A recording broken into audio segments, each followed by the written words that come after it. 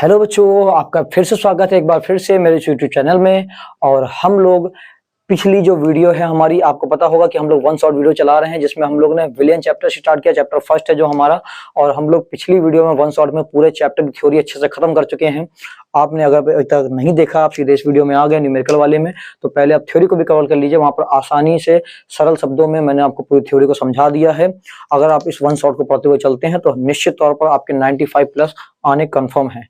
ठीक है, तो आज हम लोग क्या समझेंगे, आज हम लोग शुरू करेंगे अपना न्यूमेरिकल वाला टॉपिक। हम लोग इसमें type first, type second, type third करके इस तरह से न्यूमेरिकल को समझते चलेंगे। जितने न्यूमेरिकल हम यहाँ आपको करा दे रहे हैं, बस आप उतनी ही प्रैक्टिस कर लीजिएगा। 10-15 न्यूमेरिकल होंगे केवल इस चैप्टर के, बस इतने ही आप प्रैक्टिस कर लीजिए अच्छे से। इतने में आप समझ लीजिए पेपर में ये न्यूमेरिकल निकाल लेंगे। अगर पेपर में कोई न्यूमेरिकल इससे आ जाता है, ठीक है ना, तो आप आसानी से कर लेंगे। बस अच्छे से समझते चलिएगा इसको, और थ्योरी भी कवर कर लीजिए, तो आपका समझ लीजिए 8 नंबर पक्के हो जाएंगे। हाँ, एक चीज और आपके लिए कि जिन्होंने मान लो बच्चों नोट नहीं किया है या नोट नहीं कर पाए, नोट्स नहीं बना रहे हैं, तो हम आपको ये और इसकी जो थ्योरी वाला पीछे था, इसके खत्म होते जिस दिन इसकी वीडियो पड़ेगी उसी दिन आपको हम टेलीग्राम चैनल में इस पीडीएफ की लिंक डाल देंगे। ठीक है ना, पीडीएफ डाल देंगे तो आप वहां से डाउनलोड कर लीजिएगा।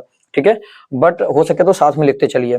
चलिए देखिए, हम लोग शुरू करते हैं। यहाँ पर पहला हमारा जो टाइप रहेगा न्यूमेरिकल का, वो रहेंगे हमारे मोलरता, मोललता, नॉर्मलता और मोल प्रभाज वाले। ठीक है, हमें इनको न्यूमेरिकल को समझना है सबसे पहले। तो यहाँ पर देखिए, फॉर्मूला हमने आपको याद करवाया था, आपको याद होगा। मोलरता को कैपिटल एम से नोट करते थे, फॉर्मूला था NB upon V into way in litre. अगर यहाँ पर आपको क्लियरेंस चाहिए और अच्छे से, तो पीछे वाली वीडियो में जाके थ्योरी में देख लीजिए अच्छे से। ठीक है, और इसकी जगह हम क्या लिख सकते हैं, एनबी की जगह हम लिख सकते हैं W B upon M B, और वी ऐसे लिखा हुआ है। जहां लीटर था, लीटर को हमने किस में बदल दिया, एमएल में, तो ऊपर जाकर गुणा करा दिया। ठीक है, फिर मोलरता का फॉर्मूला क्या हमारे पास, स्मॉल एम से पता से करते हैं, NB upon W A in kilogram. Formula दूसरा निकलेगा W B into 1000 upon M B into W A in gram. ठीक, तो ये फॉर्मूले जरूर याद कर लीजिएगा, वरना न्यूमेरिकल फिर बिना फॉर्मूले कैसे करेंगे, और इनके मतलब भी पता होने चाहिए। ठीक है, नॉर्मल तो कैपिटल एन से नोट करते हैं, और इसका फॉर्मूला होता है W B into 1000 upon E B into V. Okay, अभी इन सबके मतलब बता रहे हैं। मोल प्रभाज का मतलब क्या होता है, एक्स, तो इसका फॉर्मूला है एनबी या N A upon NB plus N A. तो मतलब क्या है, देखिए, यदि मान लीजिए विलायक का मोल प्रभाज पूछे आपसे, तो विलायक को हम लोग ए से दिखाते हैं और विलेय को बी से। विलेय वो होता है जिसे घोलते हैं, विलायक वो होता है जिसमें घोलते हैं। ठीक है ना, जैसे चीनी और पानी में से चीनी विलेय है क्योंकि चीनी को घोलते हैं, और पानी क्या है, विलायक, क्योंकि पानी में घोलते हैं। बात क्लियर है, या जो कम मात्रा में हो वो विलेय और जो ज्यादा मात्रा में हो वो विलायक। ठीक है, हम ऐसे भी बोल सकते हैं। अब यहाँ देखिए हमारे पास क्या है, अगर मान लीजिए हमसे कहा विलायक का मोल प्रभाव बताइए या विलेय का मोल प्रभाव बताइए, जिसका भी मोल प्रभाव आपसे पूछे, बस यहाँ पर क्या करना है, अगर विलायक का मोल प्रभाव आपसे पूछा तो एक्स के साथ हमने लिख दिया ए। ठीक है, और हम करेंगे क्या, इस फॉर्मूले में से विलायक का जो है मोल वो ऊपर रख लेंगे और बाकी बचे हुए मोलों को वैसे के वैसे नीचे रख देंगे। ठीक है, यदि विलेय के मोल प्रभाव हमसे पूछ लेता है, किसके पूछ ले, हमसे कहे कि विलेय का मोल प्रभाव बताइए, तो विलेय मतलब होता है हमारा बी। विलेय मतलब क्या होता है, बी। तो हम क्या करेंगे कि यहाँ रखेंगे एक्स बी, यहाँ क्या रखेंगे एक्स बी, और साथ ही यहाँ क्या करेंगे, एक्स बी रखने के बाद यहाँ पर हम ये जो ऊपर एन बी और एन ए है, इन एन बी और एन ए में से बी वाले को यहाँ पर ऊपर रख लेंगे। ठीक है ना, और साथ ही साथ यहाँ पर जो बची हुई चीजें हैं N B plus N A नीचे, उसको वैसे ही रख देंगे। बात क्लियर है, तो इस तरह से आप विलायक और विलेय का मोल प्रभाव निकाल सकते हैं। इस फॉर्मूले में क्या करना है आपको, यदि विलायक का पूछे तो यहाँ ए लिखिए, ऊपर ए वाला लीजिए, बी वाला छोड़ दीजिए, और विलेय का पूछे तो यहाँ पर बी लिखिए, ऊपर बी वाला लीजिए और ए वाला छोड़ दीजिए। तो इस तरह से हमारे फॉर्मूले निकल आएंगे विलायक और विलेय के मोल प्रभाज के। यदि मान लीजिए आपसे कभी दोनों के मोल प्रभाज बोल देता है कि विलेय का भी निकालिए, विलायक का भी निकालिए, तो उस कंडीशन आपको करना क्या है, एक का निकाल कर इन फॉर्मूलों में से इस वैल्यू पे रख देना, एक्स ए प्लस एक्स बी बराबर 1। ठीक है ना, इस तरह से आप यहाँ पर मोल प्रभाज को कर सकते हैं। तो उम्मीद करेंगे ये फॉर्मूले आपको याद हो जाएंगे। चलिए इनके मतलब देखते हैं। ए मतलब क्या बताया, विलायक, बी मतलब विलेय। ठीक है, एन मतलब होता है मोलों की संख्या, एन मतलब मोलों की संख्या, तो यदि एन बी लिखा तो बी का मतलब विलेय था ना, तो विलेय के मोलों की संख्या। ए मतलब विलायक, विलायक के मोलों की संख्या। कैपिटल हम भी बताया आपको, मोलरता, स्मॉल एम मोलरता, एन नॉर्मलता, और एक्स जो है हमारा मोल प्रभाज होता है, तो बी लिखा तो बी मतलब विलेय, तो विलेय का मोल प्रभाज। ए मतलब विलायक, विलायक का मोल प्रभाज। डी मतलब डेंसिटी यानी घनत्व। ठीक है, डब्ल्यू बी, डब्ल्यू मतलब होता है वेट यानी भार, तो बी है, बी मतलब विलेय, तो विलेय का भार। ए मतलब विलायक, विलायक का भार। वी मतलब विलयन का आयतन। ठीक है, यानी वॉल्यूम ऑफ सॉल्यूशन। और विलेय का तुल्यांकी भार, तुल्यांकी भार मतलब ईबी। क्लियर है, ई मतलब तुल्यांकी भार होता है यानी इक्विवेलेंट मास, और बी मतलब होता है विलेय यानी कि सॉल्यूट। तो हो गया ईबी का मतलब विलेय का तुल्यांकी भार। अब देखिए ये हमारे तो मेन फॉर्मूले हैं, इनके अलावा हमारे दो फॉर्मूले और काम आ सकते हैं। कौन कौन से, एक ये और एक ये। देखिए ये कब काम आएगा, जब आपको मोलरता और नॉर्मलता एक साथ पूछ ले, तो आपको मोलरता निकालनी तो आती है, तो मोलरता आप निकाल लीजिएगा उससे, और नॉर्मलता निकालने के लिए क्या करिए, फॉर्मूला आप कैपिटल एन बराबर स्मॉल एन इंटू एम रख दीजिएगा। ठीक है, तो आपको मोलरता तो निकाल ही लेंगे, नॉर्मलता भी आपकी आ जाएगी यदि आपको किसकी वैल्यू पता हो, एन की। तो ये एन क्या है हमारे लिए, तो समझिए एन जो है वो अलग अलग चीजों के लिए अलग अलग हो सकता है। अगर आपके पास कोई अम्ल है तो उसमें देखिएगा एच कितने हैं, जो एच की वैल्यू होगी वही किसकी वैल्यू होगी, एन की। क्लियर है, ओके। यदि आपके पास क्या है, क्षार, तो क्षार के लिए क्या देखेंगे आप, ओ एच देखेंगे, जितने ओ एच की वैल्यू होगी वही हमारे लिए क्या होगा, एन होगा। यदि आपके पास कोई लवण है, क्या है आपके पास कोई लवण, तो आपको लवण में क्या रखना है, आपको लवण के लिए रखना है धातु की संयोजकता, क्योंकि लवण में क्या होता है, एक धातु होगा कंफर्म, एक अधातु होगा, ठीक है ना। तो जब भी कोई लवण यानी सॉल्ट आ जाता है तो एन की वैल्यू आप कैसे निकालेंगे, धातु की संयोजकता रख दीजिएगा। अगर कोई तत्व है तो तत्व की संयोजकता तो होती है, वो तो हमें क्लियर है, संयोजकता क्या आ जाएगी भैया, जो भी तत्व होगा उसकी संयोजकता रख सकते हैं आप। तो अम्ल के लिए एच, क्षार के लिए ओ एच, और लवण के लिए धातु की संयोजकता, तत्व के लिए ओनली संयोजकता, ठीक है। अभी आपको यहाँ बताएंगे एन की वैल्यू भी किस तरह से निकालेंगे, ठीक। फिलहाल चलिए हम यहाँ पर देखते हैं जरा। अगला देखिए हमारे पास फॉर्मूला एक और लिखा हुआ है। देखिए अगर इस फॉर्मूले में हमारे पास आ जाता है कभी नॉर्मलता निकालने के लिए, तो ईबी हमारे पास नहीं है, क्या नहीं है, ईबी। तो ईबी निकालने का फॉर्मूला यहाँ पर है, देखिए यहाँ पर ये ई बराबर होता है ए या M by N, small N. तो अगर आपको बी चाहिए तो यहाँ बी रख लीजिए, यहाँ भी यहाँ भी, और एन की जगह कुछ और जरूरत नहीं है, ठीक है ना, वो तो एन है, फिक्स रहता है वो। तो देखिए ए मतलब यहाँ पर क्या है, परमाणु भार, और एम मतलब है अणु भार, ठीक। तो आप अणु भार तो निकालना जानते हैं, कोई भी अणु हो, अम्ल दे दे, क्षार दे दे, लवण दे दे, तत्व दे दे, तो आप उसका क्या रख देंगे, एम तो निकाल ही लेंगे। देखिए अम्ल, क्षार, लवण ये होते हैं, क्या होते हैं, अणु। तो अणु के लिए रखेंगे आप एम यानी अणु भार। और तत्व क्या होता है, तत्व अकेला तत्व है, तत्व यानी परमाणु है, और परमाणु का क्या होता है, परमाणु भार। तो इसलिए हम यहाँ पर परमाणु भार या अणु भार रखेंगे। सिंपल सी चीज है, कोई बहुत बड़ी चीज नहीं है, यहाँ आपको परमाणु भार अणु भार भी बता दे रहे हैं, ठीक है ना। तो परमाणु भार या अणु भार, कोई तत्व होगा तो उसके लिए परमाणु भार रखा जाएगा, बाकी कोई भी अगर अणु है तो उसके लिए अणु भार रखा जाएगा। और स्मॉल एन का मतलब आपको बता दिया है यहाँ पर कैसे निकालेंगे, ठीक है ना। चलिए हम लोग बाकी चीज देखते हैं। यहाँ पर देखिए हमारे पास में कुछ 1 से लेकर 20 तक तत्वों के परमाणु क्रमांक हैं, और इसके अलावा कुछ और भी तत्वों के परमाणु क्रमांक हमारे पास यहाँ पर दिए गए हैं, ठीक है। और फिर उनके हमने रखे हैं सिंबल्स, और यहाँ पर परमाणु भार को ए से डिनोट करेंगे और परमाणु क्रमांक को जेड से डिनोट करेंगे, ठीक है ना। देखिए 1 से लेकर 20 तक के परमाणु क्रमांक यदि आपको याद नहीं है तो हो सके तो हम इस चैप्टर के खत्म होते होते, मतलब ये वाला जो हमारा वीडियो चल रहा है, इस वीडियो खत्म होते होते आखिरी में वहां पर आपको दे देंगे, या फिर आई बटन पे देख लीजिएगा ऊपर, वहां पर आ गया होगा कि मतलब कौन सा 1 से लेकर 130 तक तत्वों को कैसे याद करें, तो उसकी आपको ट्रिक पता चल जाएगी, वहां से याद कर लीजिएगा। बहुत आसान है, बिना याद करे आप न्यूमेरिकल कर नहीं पाएंगे, तो वहां से आप याद कर लीजिएगा। यहाँ हम थोड़ा सा आपको हिंट दे रहे हैं, देखिए कैसे याद करते हैं हम लोग, हा ही ली बे बा का ना ओ फानी सोडा मैगा अल सी पीस क्ले अर के कै, ठीक है। तो आपको 20 यहाँ तक याद हो जाएंगे, बाकी इनको ध्यान रखना पड़ेगा आपको, ओके।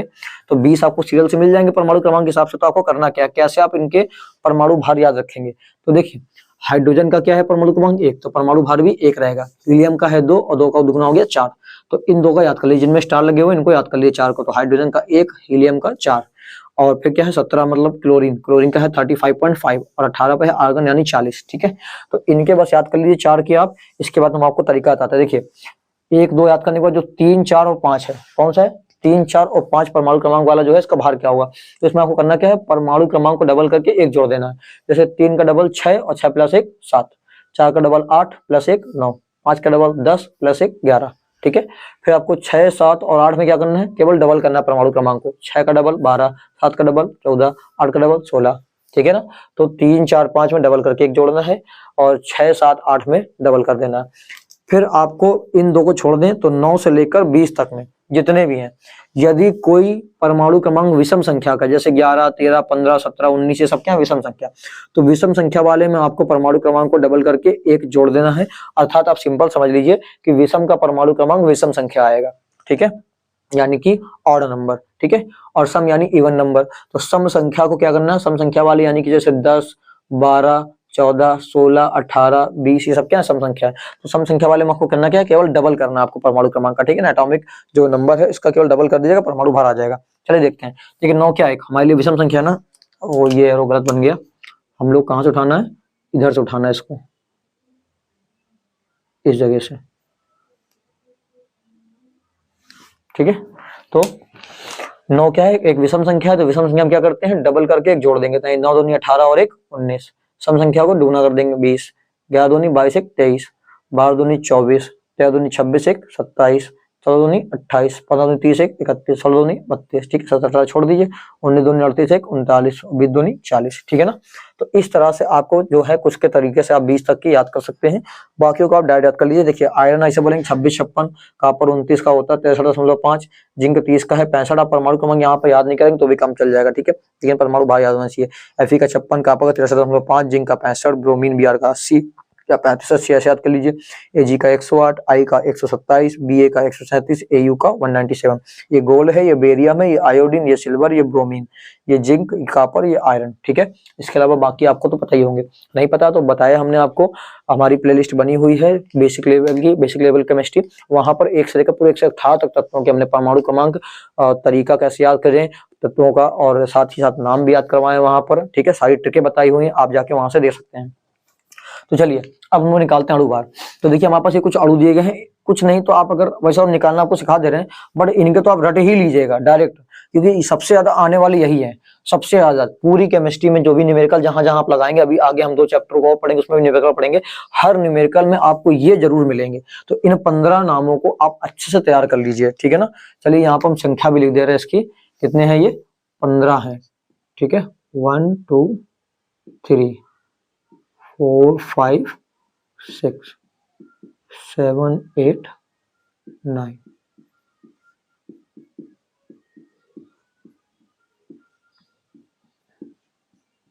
ठीक है। तो इन 15 के आपको क्या करने हैं, इन 15 के तो अणु भार रट ही लीजिए बिल्कुल, ठीक है, और वरना आपको निकालना भी हम सिखा दे रहे। चलिए इसमें से हम किसी 1 2 का बता देते हैं। पहले हम निकालते हैं, चलिए यूरिया का, ठीक है, पहले H2SO4 का निकालते हैं, फिर यूरिया का बताते हैं आपको, ठीक।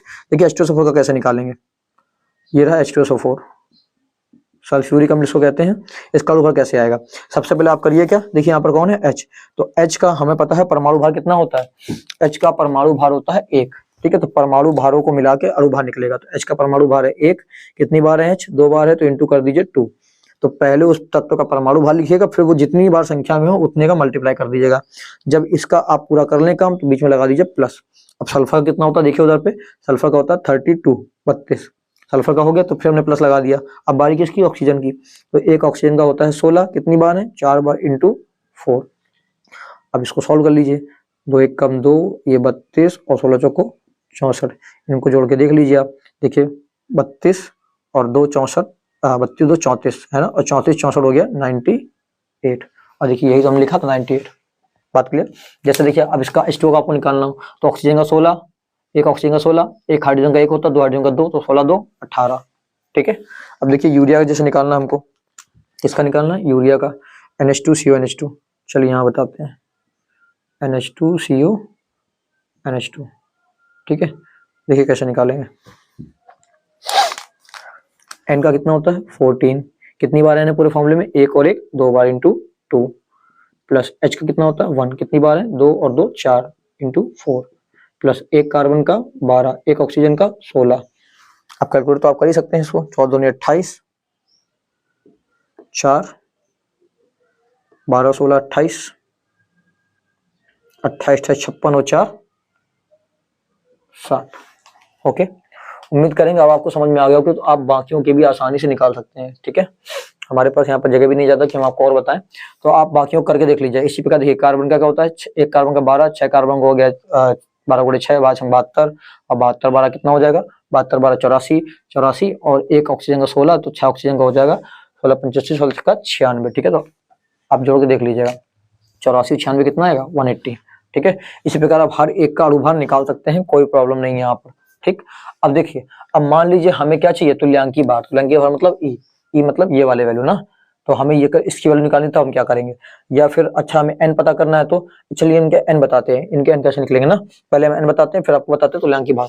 देखिए n कैसे निकालेंगे, हम क्या बताया था हमने, n कैसे निकालेंगे, अम्ल के लिए H, तो देखिए ये अम्ल है, तो H कितना है यहाँ पर 2, तो इसके लिए होगा 2, कितना होगा, n की वैल्यू होगी 2। अब बताइए जरा, अगर हम E निकाले तो फॉर्मूला क्या लगाएंगे, हम लगाएंगे A या m/n, तो हमें पता है ये अणु है, तो अणु रखेंगे अणु भार यानी m की वैल्यू कितनी निकाली हमने 98, तो 98/2 रखेंगे। n की वैल्यू यहाँ पर क्या है, अम्ल के लिए H का यह होता है ना H2SO4 जो है, तो हमारे लिए अम्ल के लिए क्या होता है, अम्ल के लिए n की वैल्यू होती है H, तो यहाँ पर n की वैल्यू हमारी आ चुकी है 2, और अणु भार था हमारे पास 98, तो 98/2 रखेंगे, आएगा E की वैल्यू 49, ठीक है ना। अब इसमें आई जैसे यहाँ देखिए CaCO3, M की वैल्यू हमारी कितनी है 100, ये मिल चुकी है। N की वैल्यू निकालनी है, ये देखिए CaCO3 एक लवण है, क्या है, एक लवण। तो लवण में क्या निकालेंगे, क्या बोला था, लवण में धातु की संयोजकता। तो धातु यहाँ पर कौन है, कैल्शियम, और कैल्शियम की संयोजकता कितनी होती है, 2 होती है, ठीक है ना।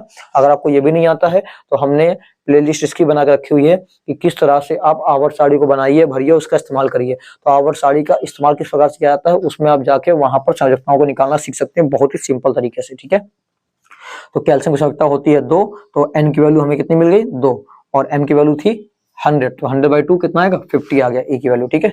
ऐसे देखिए Na2CO3 का आप निकालेंगे 106 आ गया M की वैल्यू, और यहाँ पर क्या लवण है ना ये भी, तो हम क्या रखेंगे यहाँ पर धातु की संयोजकता। तो देखिए एक सोडियम की संयोजकता 1 होती है, तो 2 सोडियम की होगी 2, तो 106/2 बटे आ गया कितना, आंसर हमारा आ गया E की वैल्यू 53।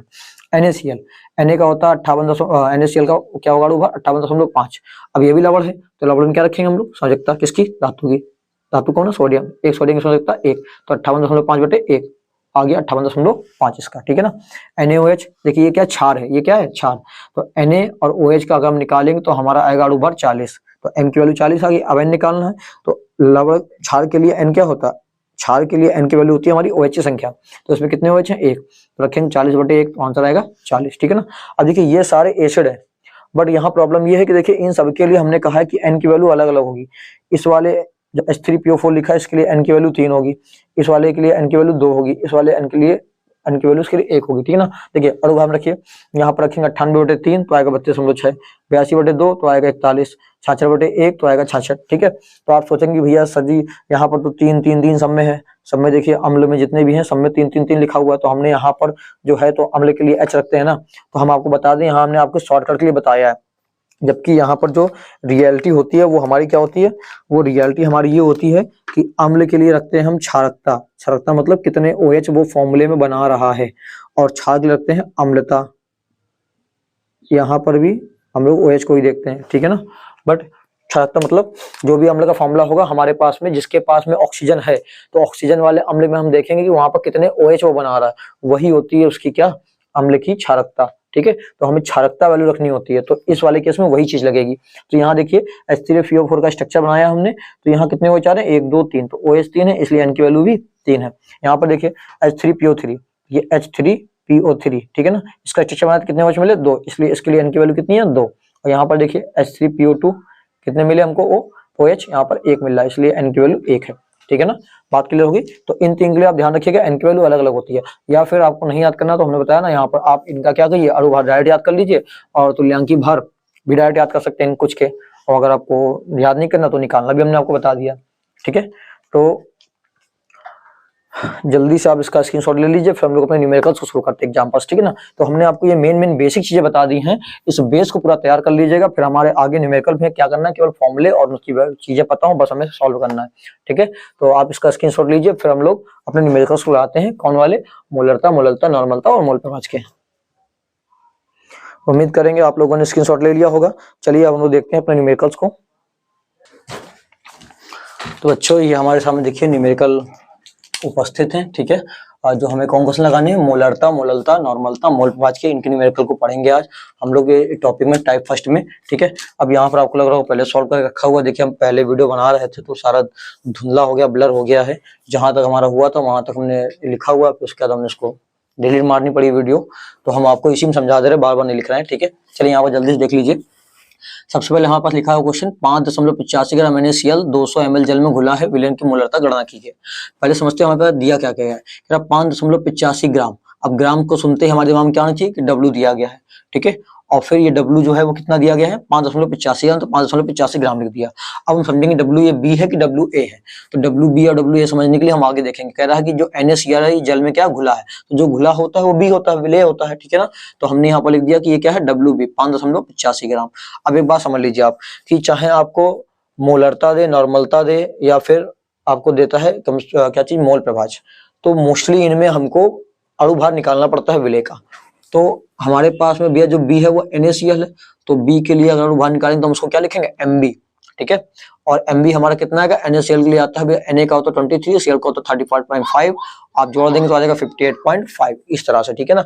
अगर आपको इसमें प्रॉब्लम हो रही है तो अभी हमने आपको पीछे ही पढ़ाया इसको, वैसे प्रॉब्लम नहीं होनी चाहिए, अपनी कॉपी उठा के देखिए, हमने NaCl का डायरेक्ट भी लिख के रखा हुआ वहाँ पर, ठीक है ना। तो हमने कहा कि ये कुछ 15 जो है वो बहुत ज्यादा इंपॉर्टेंट है, आप उसको अलग से याद कर लीजिए। अब देखिए क्या लिखा आगे, 200 ml जल है, तो ml का मतलब क्या होता है, आयतन, आयतन मतलब वॉल्यूम, तो वॉल्यूम हमको V की वैल्यू दी गई 200 ml, और ये हमें ml में ही चाहिए होता है हमारे फॉर्मूले के अनुसार, क्योंकि हमारा फॉर्मूला क्या है, देखिए हमें निकालना है मोलरता, तो मोलरता हो गया कैपिटल M, और कैपिटल M का फॉर्मूला हमको याद है WB into 1000 upon MB into V in ml, तो V किसमें चाहिए हमें, ml में, तो हमारे पास ml में पहले से ये हमारी बहुत अच्छी बात है।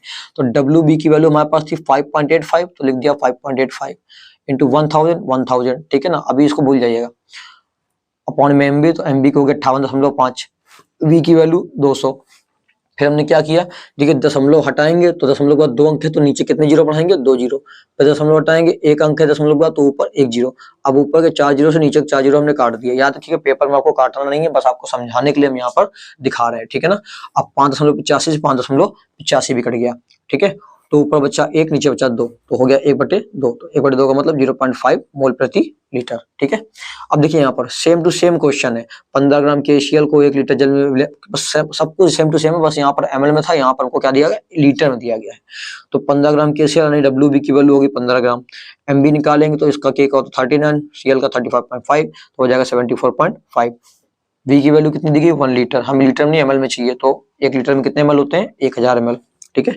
निकालना क्या है, मोलरता, मोलरता का फॉर्मूला ये रहा हमारे पास में, WB हमने निकाला था कितना 15, 1000, ठीक है, MB की वैल्यू 74.5, और V की वैल्यू हमने निकाली ml में 1000, यहाँ पर 150 कैसे हो गया, देखिए दशमलव यहाँ पर हटाया तो 1 जीरो बढ़ जाएगा, ठीक। अब 1 जीरो बढ़ जाएगा, तो अब इसके बाद आप करिए क्या, इसको हमने क्या किया, 5 से काट लिया ऊपर और नीचे, तो 5 से काटा, यहाँ बचा 149, यहाँ बचा 30, तो हमारे पास आया 30/149, इसको सॉल्व करेंगे आएगा 0.201, देखिए यहाँ पर सॉल्व करके दिखाया हुआ है, ठीक है, मोल प्रति लीटर। उम्मीद करेंगे आपको समझ में आ गया होगा। अब इधर देखिए, यहाँ पर दिया गया 96% H2SO4, ब्रैकेट में लिखा द्रव्यमान बटे द्रव्यमान, तो एक बात ध्यान रखिए, ऊपर जो द्रव्यमान होता है, द्रव्यमान मतलब W, तो ऊपर वाला होता है B यानी विलेय के लिए, नीचे वाला होता है A विलायक के लिए, ठीक है। और कह रहा है इसका आपेक्षिक घनत्व 1.84 दिया गया है, इसकी अम्ल की मोलरता और नॉर्मलता बतानी है हमें, तो हमने लिख लिया कि H2SO4 हमें दिया गया 96%, 96% को आप चीज चेंज करिए तो परसेंटेज हटाने पर बटे में क्या आ जाएगा 100, तो 96/100, ठीक है। अब इसके अनुसार चले हम, तो ऊपर वाला हमारा क्या है WB और नीचे वाला WA, तो WB की वैल्यू दी गई 96 ग्राम और WA की वैल्यू दी गई है 100 ग्राम, डेंसिटी हमको दिया गया तो 1.84 ग्राम पर ml होता है इसका मात्रा, ठीक है, सवाल में दिया गया था लेकिन हमने लिख लिया ग्राम प्रति ml होता है। मोलरता यानी कैपिटल M और नॉर्मलता यानी कि कैपिटल N को यहाँ पर निकालना है, ठीक है। अब यहाँ समझिए, कैपिटल M और कैपिटल N निकालना में, तो पहले हम क्या करेंगे, मोलरता के फॉर्मूले में हमको पता है कि V की वैल्यू चाहिए होती है, यहाँ पर कहीं पर V दिया नहीं गया, तो V निकालेंगे कैसे, तो ये घनत्व का फॉर्मूला आपको पता होगा, द्रव्यमान घनत्व बराबर क्या होता है, द्रव्यमान बटे आयतन, तो द्रव्यमान हमारा W है और आयतन क्या है हमारे पास V, ठीक है ना। अब यहाँ पर समझिए, यहाँ पर W की वैल्यू तो हमने लिख ही ली है, ये W की वैल्यू हमारे पास क्या है 100 वाली, कौन सी रखेंगे, वो विलायक वाली रखेंगे यहाँ पर, ठीक है। तो विलायक की वैल्यू हमारे पास कितनी है 100 और घनत्व की वैल्यू 1.84, ठीक है, बात क्लियर है, ठीक। और वॉल्यूम की भी हमने लिख दिया यहाँ पर। अब इसको हम सॉल्व करें तो क्या बनेगा, ये बनेगा जाके V इक्वल टू 1.84/100, ठीक है। अब इसको ऐसे रहने दीजिए, सॉल्व मत कीजिए इसको हम डायरेक्ट लिख लेंगे सवाल में। तो मोलरता का फॉर्मूला हमारे पास क्या होता है, capital M equal to WB into 1000 upon MB into V in ml, ठीक है। चलिए यहाँ पर वैल्यू रखते हैं हम लोग, तो बताइए WB की वैल्यू कितनी निकाली थी 96 इंटू 1000 अपॉन MB की वैल्यू कितनी आई हमारी, MB निकाल H2SO4 का, चलिए MB लिख लेते हैं, MB लिखा नहीं हम लोगों ने ना, तो H2SO4 के लिए MB यानी कि मॉलिक्यूलर मास कितना आएगा 98, ठीक है, आपको समझा चुके हैं, निकालना ही बताया है कैसे है, और डायरेक्ट भी आप याद कर सकते हैं। तो MB कितना है ये 98 इंटू V कितना आया 1.84, ठीक है। और इसके बाद क्या करेंगे हम, यहाँ पर इसको बटे में 100 है ना, तो कहाँ चला जाएगा ये ऊपर, ठीक है। चलिए अब इसको सॉल्व करते हैं हम लोग, देखते हैं कितना आता है हमारा। V की वैल्यू, एक मिनट थोड़ा सा गड़बड़ हो गया यहाँ पर, देखिए v को इधर ले जाएंगे तो 1.4 नीचे आ जाएगा, तो यहाँ पर आएगा 100/1.84। ठीक है, तो ये भी क्या कर देंगे, उल्टा कर देंगे इसको, बटे में 100 है हमारे पास में और ऊपर जाएगा 1.84। ठीक है, चलिए सॉल्व करते हैं इसको। दशमलव यहाँ से हटाइए तो नीचे 2 जीरो बढ़ जाएंगे। अब 1 2 3 जीरो से 1 2 3 जीरो कट गए। ठीक है, तो क्या बचा हमारे पास में, इसको भी डिवाइड कर लीजिए 2 से, तो 2 चौको 8 और 2 अट्ठे 16, 48 बचे बटे 49। ठीक है, ऊपर क्या बचा हमारे पास में, ये 184 184 और नीचे बचा हुआ है 10। ठीक है, अब देखिए इनका गुणा करके आप देख लीजिएगा, इन दोनों गुणा कराने पर आपको लगभग मिलेगा, कटेगा क्या कुछ, देखिए 7 7 49, इसको 24 गुणा करके देखिए इसमें जरा कितना आएगा। पहले देख लीजिए कट रहा है क्या, 7 दूनी 14 और 14 4 18 44, कटेगा नहीं ये। ठीक है, हाँ 2 से डिवाइड हम लोग कर सकते हैं, वो बात अलग है हमारी। चलिए हम काट लेते हैं इसको। अच्छा 2 पंचे 10 और इसको काट लीजिए, कितना आएगा, 24 दूनी 48।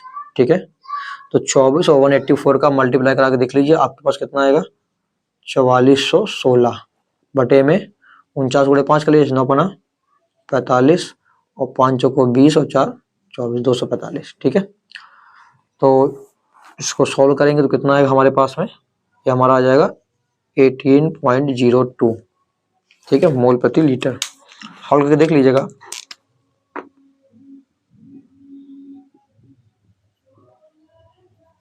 ये हमारा हो गया एक आंसर। अब हमसे साथ में कहा था नॉर्मलता बताइए, तो हमने आपको एक फॉर्मूला दिया था, कहा था कि जब नॉर्मलता और मोलरता दोनों एक साथ पूछ ले तो आप नॉर्मलता का फॉर्मूला क्या रखेंगे, n is equal to small n into capital M। ठीक है, अब यहाँ पर आपके लिए प्रॉब्लम ये कि स्मॉल n क्या है, तो आपको बता के रखा है स्मॉल n क्या होता है, अम्ल के लिए H की वैल्यू, तो अम्ल है ये एसिड H2SO4, H कितने इसमें 2, तो n की वैल्यू कितनी होगी हमारे पास 2 और m की वैल्यू है 18.02, तो इसको सॉल्व करेंगे कितना आएगा 36.04। ठीक है, और नॉर्मलता का मात्रा क्या होता है, ग्राम इक्विवेलेंट प्रति लीटर। ठीक है, तो ग्राम तुल्यांक पर लीटर आप इसको लिख सकते हैं। ये हमारा हो गया नेक्स्ट आंसर। ठीक है, तो अब जल्दी से इसका स्क्रीनशॉट ले लीजिए, आप लोग फिर अगले न्यूमेरिकल्स को देखते हैं। उम्मीद करेंगे आप लोगों ने स्क्रीनशॉट ले लिया होगा। चलिए हम देखते हैं अगले न्यूमेरिकल्स को। तो ये हमारे सामने अगले क्वेश्चन लिखे हुए हैं, ये है हमारे सारे मोलरता क्वेश्चन। ठीक है ना, तो हमने पहले मोलरता के 3 पढ़े हैं, अब देखिए 4 मोलरता क्वेश्चन। तो पहले क्या बोल रहा है, कह रहा 100 ग्राम, तो ग्राम का मतलब हमको पता है, ग्राम मतलब क्या होता है W, और कितना दिया गया है 100 ग्राम। अब चेक करते हैं ये क्या चीज है, साफ साफ आगे लिखा विलायक, विलायक मतलब A, तो 100 ग्राम विलायक, हमें W की वैल्यू 100 ग्राम दी गई है। कह रहा विले का 10 मोल, ध्यान समझिए, विले विले मतलब B और ये था A, तो कह रहा विले जो है उसका 10 मोल लिया गया, मोल मतलब होता है N और विले मतलब B, और ये कितना दिया गया 10 मोल।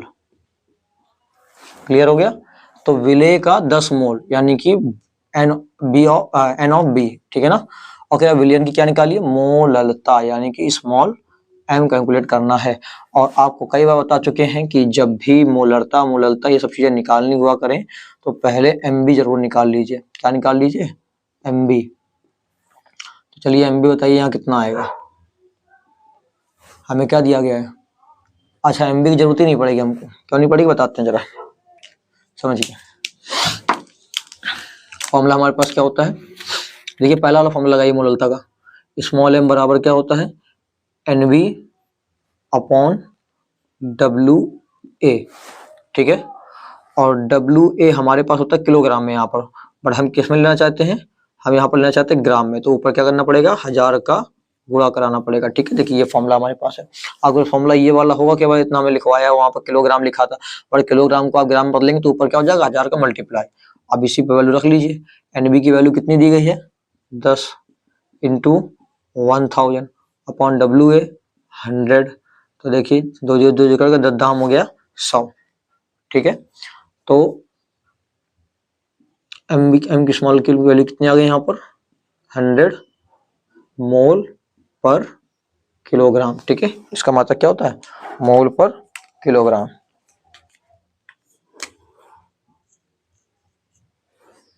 उम्मीद करेंगे आपको बात समझ में आ गई होगी। कुछ रह गया क्या हमारा? नहीं, ठीक है, अगला देखते हैं। H2SO4 का एक नमूना है, ठीक है, और 94% है। कितना है 94%। ठीक, और 94% के साथ में क्या लिखा है W/V। बात क्लियर है, क्या लिखा हुआ है W/V। तो हमने आपको बताया था ऊपर वाली चीज B होता है, तो ये WB है, और यहाँ पे क्या दिया गया केवल वॉल्यूम यानी V दिया गया है, और इसका घनत्व दिया गया है, विलयन की मोललता कह रहा है। तो आपको याद हो, अभी हमने थोड़ी देर पहले इसको सॉल्व करना बताया था। 94% को आप सॉल्व कीजिए तो आएगा 94/100। ठीक है, अब अकॉर्डिंग टू दिस ऊपर वाली चीज WB है, तो हमको WB की वैल्यू कितनी दी गई है 94 ग्राम, और V की वैल्यू कितनी है बटे में कितना लिखा 100, तो 100 ml। ठीक है, ये ml में होगा हमारे पास। और डेंसिटी यानी D की वैल्यू कितनी दी गई है 1.84 ग्राम पर ml। ठीक है, और साथ में क्या कह रहा है मोललता निकाली यानी स्मॉल m कैलकुलेट करना है। तो स्मॉल m कैलकुलेट करने से पहले हमने क्या बताया था आपको, क्या निकाल लीजिए डेंसिटी की मदद से जरा थोड़ा सा उसको सॉल्व कीजिए। D इक्वल टू क्या होता था W/V। ध्यान रखिए ये W जो है टोटल W है। क्या है ये टोटल W। तो हमारे पास D भी है V भी है। ठीक है, तो यहाँ रखते हैं D की वैल्यू क्या आएगी 1.84 इक्वल टू W/V की वैल्यू कितनी है 100 ml। तो W की वैल्यू यहाँ से कितनी आ गई, इसका मल्टीप्लाई करा दीजिए 184 ग्राम। ये टोटल W है हमारे पास, क्या है टोटल W। ठीक है ना, तो हमें मोललता निकालनी चाहिए WA। ठीक है, WB तो हमारे पास है WA और चाहिए, तो इसलिए हमने ये फॉर्मूला लगा रहे हैं। तो WA का फॉर्मूला कैसे आएगा बताइए, WB प्लस WA, इन दोनों को जोड़ेंगे तभी टोटल W मिलेगा हमें।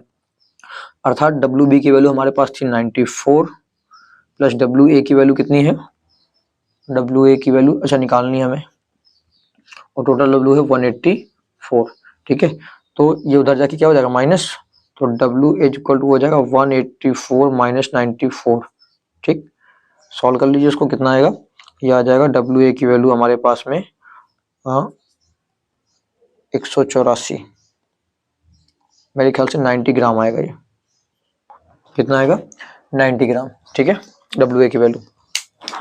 अब चलिए आगे सॉल्व करते हैं हम लोग। अब हम लगाते हैं मोललता का फॉर्मूला, स्मॉल m बराबर क्या होता है WB into 1000 upon MB into WA, किसमें होना चाहिए ग्राम में। ठीक है, चलिए सॉल्व करते हैं इसको।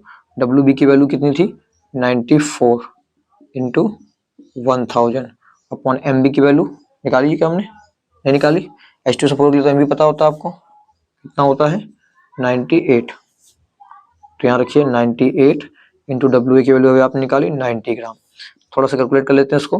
देखिए 0 से 0 कट गया, 2 से इसको काटिए, 2 चौको 8 और 2 सत्ते 14, ऊपर बचा 100 और नीचे बचा 49, 2 से डिवाइड करेंगे तो इंटू 9। ठीक है, तो इसका मल्टीप्लाई करा लीजिए, आ जाएगा 4700 बटे में 981, 9 चौको 36 और 36 8 हो जाएगा कितना 36 8 14, मतलब कि 44 441। ठीक है, तो फाइनली हमारे यहाँ पर सॉल्व होगी क्या आएगा करके देख लीजिए 10.65 आएगा मोल पर किलोग्राम। ठीक है, ये हो गया हमारा आंसर इसका। ठीक, समझ में आ गया तो बहुत बढ़िया, वरना एक बार फिर से रिवाइंड करके देख लीजिए, क्लियर हो जाएगा आपको इसमें क्या है। अब देखिए 14.625 ग्राम NaCl है और इसको 250 ग्राम जल में डाला गया है, तो मतलब ये जो है वो क्या है विलेय यानी B, और जल क्या है A यानी विलायक। ठीक है ना, तो समझते हैं यहाँ पर देखिए एक WA दिया गया, एक WA दिया गया 250 ग्राम और एक पर 14.625 ग्राम। तो ये हमारे पास है WB, ये वाला जो दिया गया 14.625 ग्राम।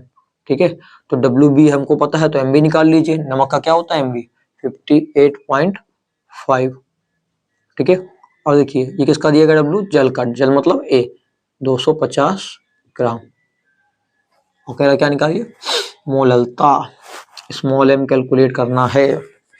बताइए कर पाएंगे, कैसे करेंगे, चलिए बताइए कैसे करेंगे। W small m equal to WB into 1000 upon MB into WA, और ये किस में होना चाहिए ग्राम में। चलिए यहाँ वैल्यू रखते हैं हम लोग, स्मॉल m बराबर डब्ल्यू बी की value 14.625 into 1000 upon M B की वैल्यू कितनी आई थी 58.5 इंटू 250। डिवाइड करिए इसको, चलिए काट के देखते हैं। पहले पॉइंट डाल लीजिए, नीचे कितने 1 2 3 जीरो, 10 मिनट आया तो 4 जीरो, देखिए 4 जीरो कट गए हमारे। ठीक है, अब यहाँ क्या बचा 25। चेक करते हैं हम लोग 25 से भाग जाएगा क्या इसमें। चलिए अगर ज़्यादा बढ़ जाएगी संख्या तो आप क्या कर सकते हैं, इसमें छोटा कर सकते हैं। वैसे चलिए 25 से डाइट कर देखते हैं। 25 पंचे 125, ठीक है क्लियर है ना। 25 पंचे, चलिए छोटा कर लेते हैं ना, 5 5 से करके देते हैं ना, ज़्यादा लंबा हो जाएगा। और यहाँ पर 5 से डिवाइड करिए तो आएगा 5 दूनी 10, बचा कितना 4, तो हो गया 46। तो 5 9 45, एक बचा हो गया 12, 12 से हो गया 5 दूनी 10, और फिर बचा 2 5 25। तो स्मॉल m की वैल्यू हमारे पास आ गई 2925 अपॉन में यहाँ पर क्या है 585 इंटू 5। ठीक है, फिर से डिवाइड कर लीजिए 5 से, तो अब क्या कितना आएगा, ये तो कट गया, ये आ जाएगा हमारे पास में 25 और कितना बचेगा 25 4 29 यानी 42, 5 9 45 कन्वर्ट 40, ठीक है 8 और 2 बचा तो 55 25, 585 ऊपर और 585 नीचे, करके कितना हो जाएगा ये 1। तो आंसर इसका कितना आ गया 1 मोल प्रति किलोग्राम। ठीक है, तो ये हमारा हो गया इसका आंसर। देखिए वीडियो की स्पीड अगर आपको धीमी लगे तो आप देखिएगा आपके राइट साइड पे ऊपर कॉर्नर पे 3 डॉट बने होंगे, उस पर जाके वहां पे प्लेबैक स्पीड का ऑप्शन होगा, वहां पर क्लिक करके अपने हिसाब से स्पीड बढ़ा लीजिए। ठीक है ना, अगर आपको धीमी लग रही है तो स्पीड को बढ़ा सकते हैं, और अगर ज्यादा तेज लग रही हो तो स्पीड को धीमी करके दे सकते हैं। ठीक है, तो अपने हिसाब से वीडियो की स्पीड को अरेंज कर लीजिए। अब देखिए यहाँ करते हैं, कह रहा चीनी का एक सीरा है 214.2 ग्राम है पूरा पूरा, और कह रहा उसमें 34.2 ग्राम चीनी है। तो एक बात बताइए, अगर पूरे सीरे की बात करें तो सीरे में पानी भी होगा और चीनी भी होगी यानी विलय और विलायक दोनों होगा इसमें। जिसमें से चीनी हमको दे दी उसने इतनी है, तो चीनी इतनी है तो क्या हमारे पास विलायक नहीं आ जाएगा बताइए, है ना। अर्थात ये जो वैल्यू है वो किसकी है, टोटल डब्ल्यू की है 214.2 ग्राम। ये कह रहा टोटल है, इसमें क्या है ये सीरा है, यह है क्या चीज सीरा, और सीरे में चीनी और क्या होगा सीरा जो है इसमें क्या क्या होगा, इसमें होगा चीनी और प्लस जल। ठीक है, बात क्लियर है, ये टोटल डब्ल्यू है। अब देखिए डब्ल्यू बी मतलब चीनी वाली हमको वैल्यू देके रखी है, क्योंकि चीनी गोलेंगे हम लोग, ये है 34.2 ग्राम। ठीक है, तो बताइए डब्ल्यू ए यानी जल निकाल पाएंगे आप, तो डब्ल्यू ए कैसे आएगा हमारे पास में, डब्ल्यू ए आएगा हमारे पास, चलिए ऐसा लिखते हैं, टोटल डब्ल्यू बराबर होगा W B plus W A. तो बताइए कैसे आएगा टोटल डब्ल्यू मतलब डब्ल्यू ए, डब्ल्यू की वैल्यू लिख दिया हम यहाँ पर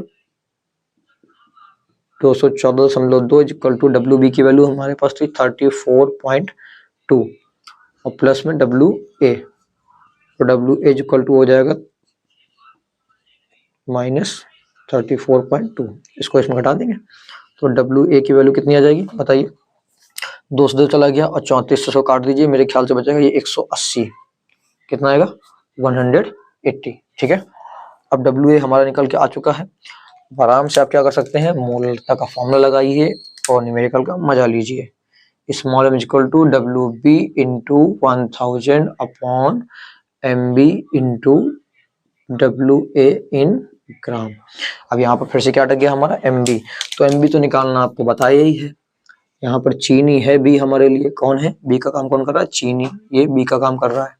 ठीक है, तो कैसे निकालेंगे, चीनी का फॉर्मूला क्या होता है, देखिए दिया गया C12H22O11, आपको पता होगा एक कार्बन का कितना होता है, वैसे हम डायरेक्ट बता रखा, फिर भी यहाँ पे चलिए बता दे रहे हैं, एक कार्बन का 12 और कितनी बार है 12 बार, तो 12 गुणे 12।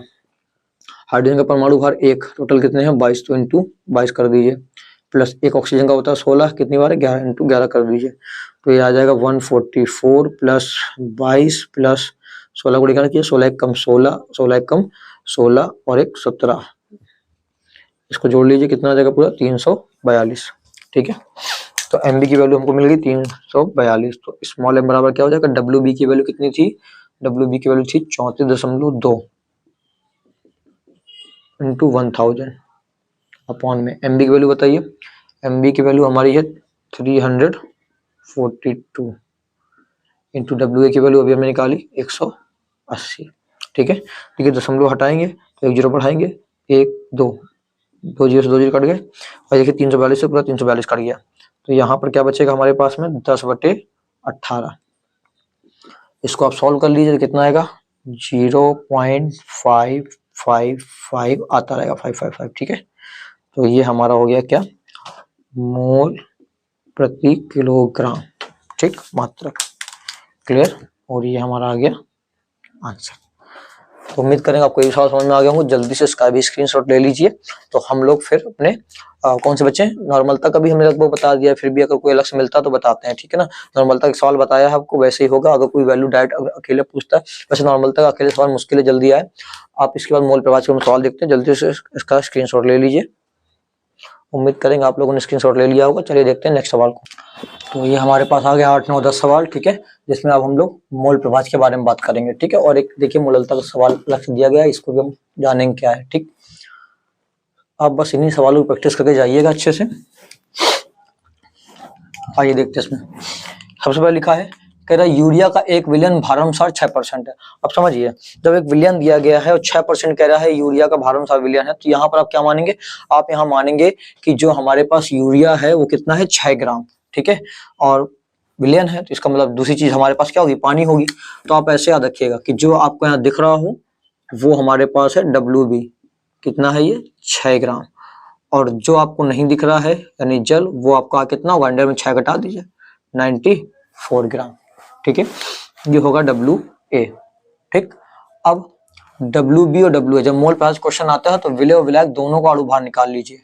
तो हमें MB और MA दोनों का मान निकालना पड़ेगा। तो MB क्या है हमारे पास, यूरिया। यूरिया का फॉर्मूला होता है NH2CO अणु भार हो जाएगा 60। और जल है हमारे पास दूसरी चीज, तो इसका अणु भार होगा MA, मतलब कि 18। ठीक है, चलिए तो हमको निकालना क्या है, देखिए XB और XA दोनों को कैलकुलेट करना है। उसने कहा ना विलय और विलायक दोनों का मोल प्रभाव निकालिए। तो निकालते हैं, चलिए इसका देखिए कैसे निकालेंगे। सबसे पहले हमको पता है कि फॉर्मूला क्या होता है हमारे पास में। फॉर्मूला यदि आपको याद हो तो हमने आपको बताया था, अगर B का निकालना हो तो ऊपर B लीजिए बटे NB प्लस NA। अगर A का निकालना हो तो X से बराबर हो जाता है यहाँ पर NA upon NB plus NA। और यदि आपको दोनों का निकालने को दे तो हमने कहा था किसी एक का निकाल के XB प्लस XA बराबर 1 में रख दीजिए। ठीक है, चलिए देखते हैं। तो पहले हम लोग क्या कर लें, हमारे पास ना NB है ना NA है, तो NB NA हम कैसे निकाल सकते हैं, आपको बता के रखा हुआ है पहले कि N का फॉर्मूला होता है W अपॉन M। तो B के लिए तो WB अपॉन MB। ठीक है, इसी प्रकार NA का फॉर्मूला लगाइए तो WA अपॉन MA आ जाएगा। ठीक है, अब बताइए क्या आएगा, WB की वैल्यू है 6 बाई MB की वैल्यू कितनी है 60, तो ये आ जाएगा 1/10। ठीक है ना, तो 1/10 का मतलब हो जाएगा 0.1 मोल। ठीक है, अब इस पे आइए, WA की वैल्यू कितनी है हमारे पास में, WA की वैल्यू देखिए 94 और MA की वैल्यू कितनी निकाली हमने 18। ठीक है, चाहे तो उसको यहीं पर छोड़ दीजिए या फिर उसको सॉल्व कर लीजिए, तो आएगा 5.2 मोल। कर लीजिएगा भाग इसमें। ठीक है, चलिए अब आगे समझते हैं। अब हमारे पास NB भी है NA भी है, तो हम टोटल NB प्लस NA को देख लेते हैं कितना है। तो NB हमारे पास था 0.1 और NA था हमारे पास 5.2, तो टोटल आएगा मिला के 5.3 मोल। ठीक है, किसकी वैल्यू, NB प्लस NA की। अब फॉर्मूला लगा लीजिए। अब इसके बाद तो आपको पता ही आगे क्या करना है। चलिए XB निकालते हैं हम लोग। तो XB बराबर फॉर्मूला होगा NB upon NB plus NA। ठीक है, तो XB बराबर बताइए NB की वैल्यू कितनी है हमारी, NB की वैल्यू थी 0.1 और NB प्लस NA की वैल्यू कितनी है 5.3। पॉइंट से पॉइंट हटा दीजिए तो क्या होगा 1/53 लिखा हुआ ये 1/53। ठीक है, इसको सॉल्व कर लीजिएगा, आपका आएगा कितना 0.108। ठीक, ध्यान रखिएगा मोल प्रभाव से कोई मात्रक नहीं होता क्योंकि ऊपर ही मोल नीचे मोल, तो मोल से मोल कैंसिल हो जाते हैं। तो हमारा पहला आंसर ये आ गया XB की वैल्यू। अब दूसरे आंसर के लिए हमने क्या बताया, आप क्या करेंगे, आपको बस छोटा सा काम करना है, XB प्लस XA बराबर 1। XB की वैल्यू अभी आपने निकाली 0.108 प्लस XA इक्वल टू कितना आएगा 1। तो बताइए XA बराबर क्या करेंगे, इस 1 में से माइनस कर देंगे 0.108 को, तो ये हमारा सॉल्व होकर कितना आ जाएगा, घटा के देख लीजिएगा। चलिए घटा के देखते हैं हम लोग। 1.1230, ठीक है, और 0.108, ठीक है, 10 में 8 गया, 2 बचा, 9 यहाँ बचा ना, 9 यहाँ भी 9 बचा, 9 में 1 गया, बचा 8। तो आएगा आंसर हमारे पास 0.892, ठीक है। ये हमारा हो गया सेकंड आंसर। उम्मीद करेंगे बात समझ में आ गई। अब देखिए ठीक इसी प्रकार से ये सवाल लगाना है आपको। यहाँ पर हम इसको बता नहीं रहे हैं, बस हल्का सा हिंट आपको दे रहे हैं। ये क्या है कि देखिए 46% दिया गया है, तो आप क्या मानेंगे कि WB कितना है आपका 46 ग्राम, बचा हुआ WA कितना हो जाएगा 54 ग्राम, ठीक है। और फिर MB निकाल लेंगे आप, तो MB किसका होगा, अल्कोहल दिखा हुआ है, एथिल क्लोराइड कितना होता है 46 CH5OH का, और जल का आपको पता ही है Ma कितना आएगा 18, ठीक है।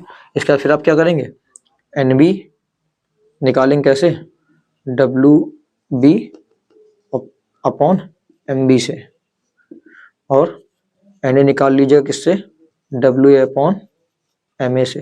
चलिए बता देते जल्दी जल्दी हम इसको। WB हमारे पास है 46, MB की वैल्यू कितनी है 46, कट जाएगा कितना बचेगा 1 मोल, ठीक है। अब इस पर देखिए WA की वैल्यू कितनी है, WA की वैल्यू हमारे पास है 54, और इसके बाद हमारे पास Ma की वैल्यू कितनी आ रही है, Ma की वैल्यू है हमारे पास 18, ठीक है 18, तो 18 36 18 54, ठीक है, 3 बार में कट जाएगा 3 मोल। उम्मीद करेंगे आपको ये दोनों बात समझ में आ गई होंगी। अब बस फॉर्मूला रख दीजिए, कौन सा, XB equal to NB upon NB plus Na। NB की वैल्यू बताइए, NB की वैल्यू थी 1, NB प्लस Na 1 प्लस 3, तो आ जाएगा 1/4। अब 1/4 का मतलब जानते हैं ना क्या होगा, 1/4 का मतलब 1 में अगर 4 का भाग देंगे तो कितना आएगा, 0 लगाएंगे, पॉइंट 10 कर लेंगे, 4 दूनी 8, बचे कितना 2, फिर क्या करेंगे 0 बढ़ाएंगे, 4 पंचे 20 यानी कि 0.25, तो ये आ जाएगा हमारे पास में 0.25, ठीक है। ये पहला आंसर हो गया। उम्मीद करेंगे सेकंड आंसर भी आप निकाल लेंगे। सेकंड आंसर क्या होगा, सेकंड आंसर कैसे निकलेगा हमारा बताइए। यहाँ हम लोग करेंगे XB plus XA equal to 1, तो XB की वैल्यू हमारे पास कितनी आई थी 0.25, तो XA की वैल्यू निकाल लेंगे हम लोग कैसे, 1 से लेस करके, तो XA इक्वल टू आ जाएगा 1 माइनस 0.25। फाइनल आंसर हमारा क्या होगा, XA का 1 में 0.25 घटाएंगे तो आएगा 0.75, ठीक है। इस तरह से हो गया हमारा ये सेकंड आंसर। अब देखिए लास्ट हमारा क्या बचा हुआ न्यूमेरिकल, ये 20% वाला। तो जब इसमें आप देखेंगे तो इसमें भी सेम टू सेम करना आपको। 20% मतलब WB बराबर कितना है 20 ग्राम, WA कितना होगा बचा हुआ कितना 80 ग्राम, ठीक है। MB आप निकाल ही सकते हैं, कैसे निकालेंगे, पोटेशियम कार्बोनेट कहते हैं K2CO3, ठीक है। इसको निकाल कर सॉल्व कर लीजिएगा 139 की समथिंग आएगा। चलिए कर लेते हैं यहाँ पर 39 इंटू 2 प्लस 12 इंटू कार्बन का 12 गुड़े कितनी बार 3 बार ना, 9 दूनी 18, 3 दूनी 6 और 6 1 7, ठीक है, प्लस 12 12 3 36, ठीक है। तो कितना हो जाएगा ये 8 2 10, और ये हो जाएगा 7 1 8 1 9, और ये हो जाएगा 36। एक बार देख लीजिए सही किया हम लोगों ने, 9 दूनी 18 3 दूनी 6 7, ठीक है। ये कार्बन का होता है 12, ठीक है। अच्छा ऑक्सीजन का 16 होता है, इस वजह से गड़बड़ हो यहाँ पर 16, और ये हो जाएगा 16 3 48, ठीक है। तो 48 जोड़िए आप इसमें, 48 कितना आएगा 138 आएगा, ठीक ठीक है। चलिए इसको सॉल्व करते हैं। तो मोललता का फॉर्मूला क्या होता है, स्मॉल m बराबर WB into 1000 upon MB into WA, ठीक है। रखते हैं इसमें वैल्यू को, स्मॉल m बराबर कितना आएगा, WB की वैल्यू 20 इंटू 1000 अपॉन MB की वैल्यू निकालिए अभी हम लोग 138 इंटू क्या बचा WA 80, तो 20 चौको 80, 4 बार में कट गया, और इसको काटेंगे 4 से तो आ जाएगा 4 दूनी 8, ये 200 बार में कट जाएगा, ठीक है। इसको फिर काट दीजिए, बचा 100, और ये बचा कितना 2 6 12 और 2 नहीं 18 69, तो स्मॉल m बराबर कितना आ गया 100/69, ठीक। इसको सॉल्व करेंगे आंसर कितना आ जाएगा 1.89 मोल प्रति किलोग्राम, ठीक है। तो ये हमारा हो गया ये वाला भी आंसर।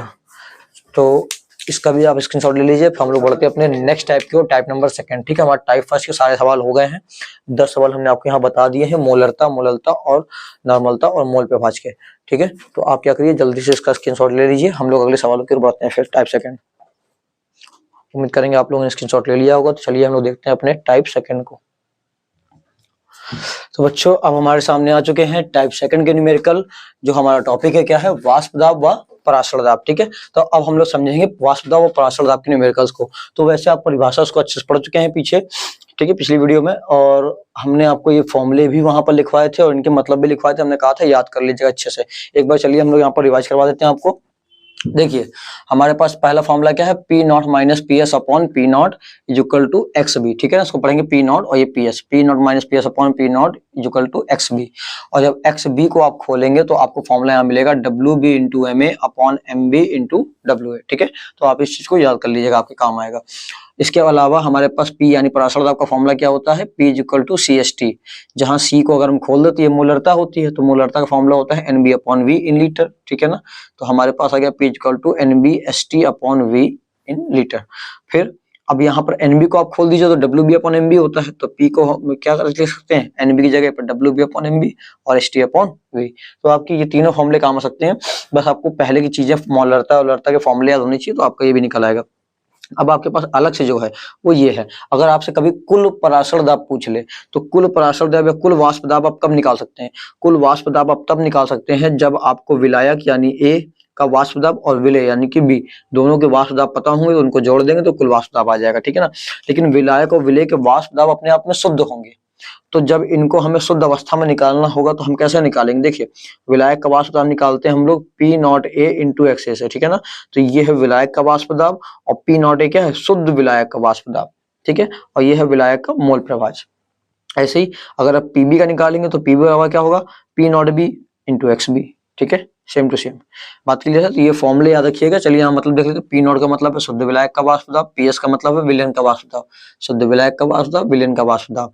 एक्स बी का मतलब होता है विलय का मोल प्रभाज, क्योंकि बी का मतलब क्या है, विलय, एक्स का मतलब मोल प्रभाज। डब्ल्यू बी का मतलब विलय का भार, डब्ल्यू है विलायक का भार, एम बी विलय का अणुभार, एम ए विलायक का अणुभार, पी पराशर दाब, आर या एस क्या होता है, विलयन स्थिरांक जिसकी वैल्यू 0.0821 लीटर एटीएम पर केल्विन पर मोल होता है। और टी क्या है, परमताप, जिसको हम लोग किसमें केल्विन में शो करेंगे ना, इस टेम्परेचर को हम लोग किसमें लेंगे, हमेशा केल्विन में, डिग्री सेल्सियस में लेंगे, डिग्री सेल्सियस में होगा तो केल्विन में चेंज कर लेंगे। सी या एम का मतलब होता है सांद्रता या मोलरता, कंसंट्रेशन। ठीक है, एन बी क्या होगा, बी मतलब विलय, एन मतलब मोलों की संख्या, तो विलय के मोलों की संख्या, वी आयतन हो गया। और अभी आपको बताते पी ए का मतलब विलायक का वाष्प दाब, और ये विलय का वाष्प दाब, शुद्ध विलायक का वाष्प दाब और शुद्ध विलय का वाष्प दाब। ठीक है, तो ये सारी चीजें अभी आपको हमने यहाँ पर फॉर्मूले में दिखा दी है और पहले भी हम लिखवा चुके हैं।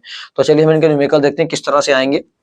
देखिए क्वेश्चन क्या लिखा हुआ है, कह रहा है किसी ताप पर एक विलायक का वाष्प दाब। अब देखिए यहाँ पर साफ साफ लिखा है विलायक का वाष्प दाब।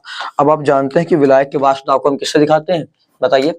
विलायक का वाष्प दाब हमारा क्या होता है, अभी वैसे तो यहाँ पर अगर हम बात करें तो ये शुद्ध रूप में ही होगा अपने आप में। ठीक है ना, तो विलायक जो है ये ओनली विलायक की बात को शुद्ध रूप में होगा, तो ये होगा पी नॉट, क्या होगा, पी नॉट ना, पी नॉट होता है शुद्ध विलायक का वाष्प दाब। कितना दिया गया है, 0.416 बार। ओके ठीक, आगे बढ़ते हैं। आगे कह रहा है 0.5 ग्राम अवाष्पशील विद्युत अनवघट्य ठोस को 42 ग्राम विलायक में घोला गया। देखिए 0.5 ग्राम को घोला जा रहा है, तो जब ग्राम में वैल्यू दी जाती है तो हम क्या जानते हैं क्या होता है, ये होता है हमारे पास में W, और कितना दिया गया है 0.5 ग्राम। अब हमारी प्रॉब्लम ये है कि विलय है कि विलायक है, तो देखिए आगे लिखा हुआ है कि ये जो अवाष्पशील विद्युत अणुघट्ट है इस ठोस को 42 ग्राम विलायक में घोला गया है, मतलब विलायक जो है वो 42 ग्राम है। तो हम कह सकते हैं कि विलायक का भार कितना है, विलायक का भार होगा W है, वो है 42 ग्राम, और 0.5 ग्राम वाले को घोला गया है, अर्थात ये क्या होगा विलय, और विलय को दिखाते हैं B से, तो विलय का भार विलायक का भार। ठीक है, ये हमारा आ गया। अब आगे देखिए विलायक के ब्रैकेट में ही लिखा है मोलर द्रव्यमान, तो मोलर द्रव्यमान का मतलब होता है यहाँ पर अणु भार, और विलायक का है तो हमको क्या दिया गया MA, कितना है ये 84 ग्राम पर मोल। ठीक, ये बात ध्यान रखिएगा अच्छे से कि हमने यहाँ पर क्या बताया आपको कि ये विलायक के ब्रैकेट में लिखा हुआ था, इसलिए ये विलायक का अणुभार, और विलायक के अणुभार को हम दिखाते हैं MA से। ठीक है, कह रहा है प्राप्त विलयन का वाष्प दाब 0.414 बार पाया गया। विलयन का वाष्प दाब, यहाँ साफ साफ लिखा प्राप्त विलयन का वाष्प दाब, और विलयन का वाष्प दाब होता है हमारा पीएस। ठीक है, तो पीएस की वैल्यू हमें क्या दी गई है, पीएस की वैल्यू दी गई है हमको 0.414 बार, ये हमको पाई गई। ठीक है, आगे कह रहा है ठोस के मोलर द्रव्यमान। अब ठोस को हमने क्या माना था, हमने ठोस को माना था विद्युत अम्लघट्ट ठोस, इसको हमने माना था विलेय। ठीक है, ये ठोस हमारे लिए क्या था, बी, विलेय यानी कि। तो यहाँ पर हमें ठोस का अणु भार यानी निकालना है। मोलर द्रव्यमान बोलेंगे क्या, मोलर द्रव्यमान का मतलब ही होता है अणु भार, ये ध्यान रखिएगा। मोलर द्रव्यमान का मतलब क्या है, अणु भार। तो यहाँ पर कह रहा है कि ठोस का मोलर द्रव्यमान निकालना है, यानी कि हमें निकालना है किसका, एमबी, अणु भार निकालना है विलेय का यानी कि एमबी, इसको हमें करना है कैलकुलेट। क्लियर है। अब उम्मीद करेंगे फॉर्मूला आपको बताने की जरूरत नहीं, कहाँ से आप उठाएंगे। ये रहा हमारा फॉर्मूला, एक्स बी की जगह पर हम लोग क्या लेंगे, इसको लेंगे, क्योंकि हमारे पास देखिए डब्ल्यू बी एम ए रूप में दिया गया है, तो ये के साथ में ये लेंगे।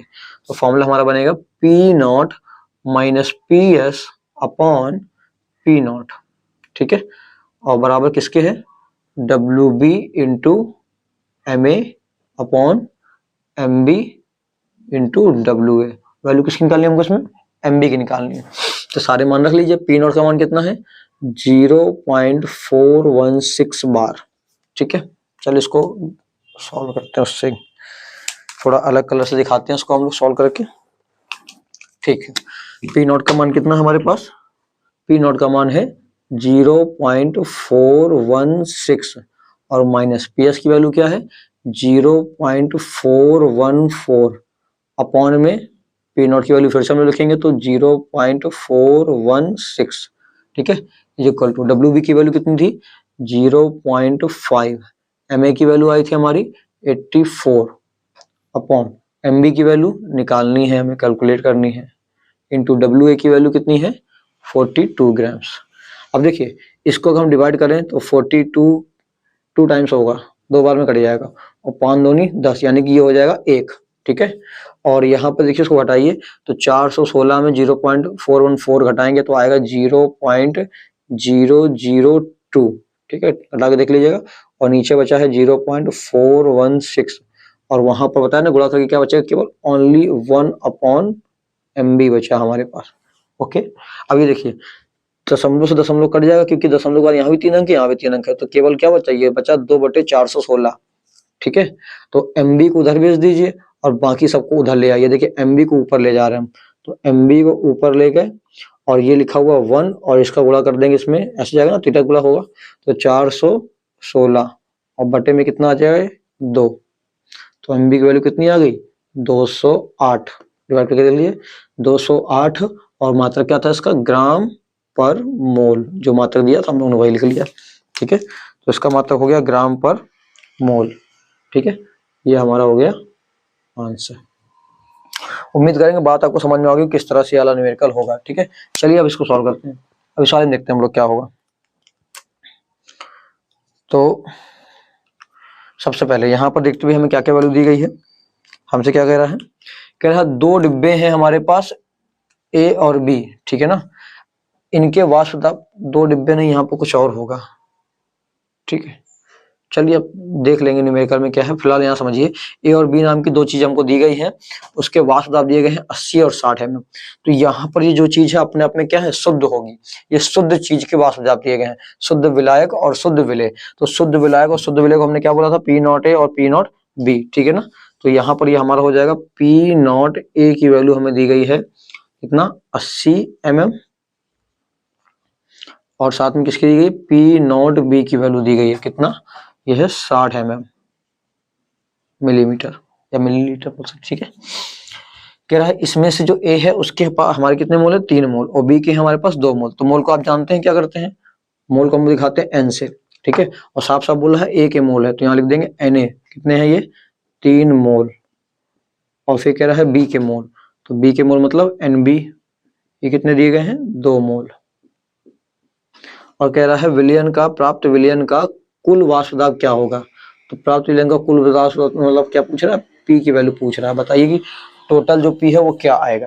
ठीक है, तो आपको हम बता चुके हैं भैया कि टोटल पी आप कैसे निकाल सकते हैं, खुद बताइए। एक विलेय है एक विलायक है, अब टोटल वी निकालना है, तो टोटल वी कैसे निकालेंगे, तो टोटल वी निकलेगा हमारा विलायक और विलेय के दोनों के वाष्प दाब को अगर हम जोड़ दें तो हमारे पास यहाँ पर आएगा P की वैल्यू अगर निकालनी है तो ये आएगा कैसे, यदि हम क्या करें, हम यदि PA प्लस PB इन दोनों को उठा के जोड़ देते हैं तो हमारे पास आ जाएगा क्या, टोटल P। ठीक है, अब यहाँ समस्या क्या है हमारे पास में कि हमारे पास PA और PB दोनों नहीं है, क्योंकि हमारे पास P not A P not B है। तो इसको निकालने के फॉर्मूले क्या होंगे, देखिए PA निकालने का फॉर्मूला है P not A into XA। तो फॉर्मूला क्या रखेंगे, PA का निकालने का फॉर्मूला है P not A into XA। Okay, और अगर हम किसको निकालते हैं, PB को निकालते हैं, तो PB को निकालने का फॉर्मूला क्या है, P not B into XB। अब फिर से यहाँ समस्या आ गई कि P नॉट A तो पता हमें, X तो पता ही नहीं है, तो मोल पे भाज का फॉर्मूला आपको याद है ना, उसको रखिए। P not A into A है तो A के मोल ऊपर अपॉन में NB plus NA, total mole नीचे। ठीक है, यहाँ पर भी सेम टू सेम PB का निकालेंगे तो ये रहा P नॉट B और A के मोल B के मोल ऊपर बटे कुल मोल नीचे NB प्लस NA। ठीक है, अब हम क्या करेंगे, इसमें वैल्यू रख के देखते हैं। चलिए वैल्यू रखते हैं, तो हमारे पास देखिए यहाँ मान निकल के आएंगे, क्या निकल के आएंगे, PA का मान हमारे पास निकल के आएगा, PA बराबर, बताइए P नॉट A का मान क्या था, P नॉट A का मान था 80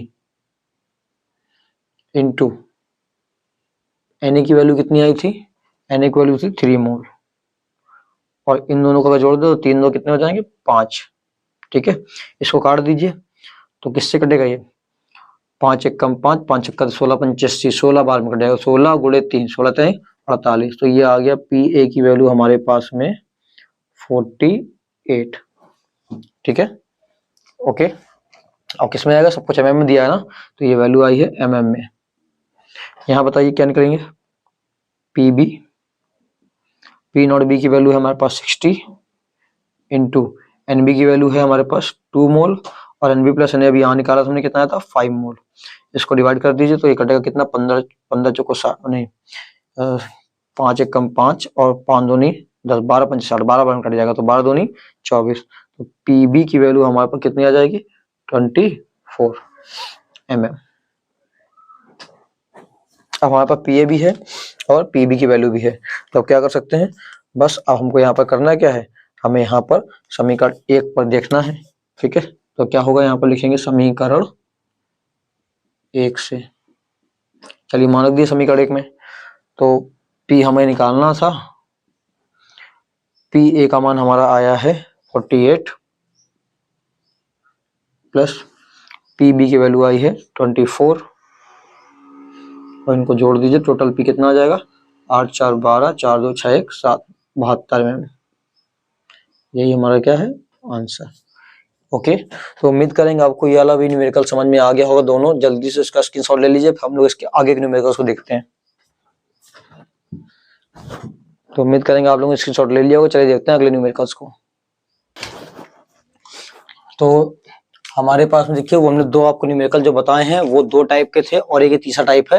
ठीक है, जिसमें पराशर दाब को निकालना बताएंगे। तो बस इतने ही आपको ये 3 टाइप के न्यूमेरिकल अच्छे से तैयार कर लेने हैं, अच्छे से फॉर्मुलास में लिखे चीजों का मतलब याद कर लीजिए, बस आपके हर सवाल इसी में से हो जाएंगे। ठीक है, जो हमारे पास कुछ मेन सवाल बन सकते हैं हमने यहाँ पर लिखा हुआ है, और जो हूँ अपनी बुक में या फिर आपको लगाने तो उसमें देख लीजिएगा। बट आप यहाँ पर बस ये 3 सवाल लगा के चले जाइए प्रैक्टिस के लिए, बहुत है आपके लिए सेकंड टाइप के न्यूमेरिकल इतने। ठीक है ना, तो देखिए हमारे पास यहाँ पर क्या है लिखा हुआ, 27 डिग्री से, 27 डिग्री से मतलब टेम्परेचर दिया गया 27 डिग्री सेल्सियस, और हमने बताया था यहाँ पर टेम्परेचर को हमें किस में लेना है, केल्विन में। तो 27 डिग्री सेल्सियस में 273 जोड़ दीजिए, 300 केल्विन हमारा आ जाएगा टेम्परेचर। ठीक है ना, कभी भी डिग्री सेल्सियस को केल्विन बदलना हुआ करे तो 273 को आप जोड़ सकते हैं। फिर लिखा है डेसीमीटर क्यूब। डेसीमीटर क्यूब का मतलब होता है 1/10, ये ध्यान रखिएगा।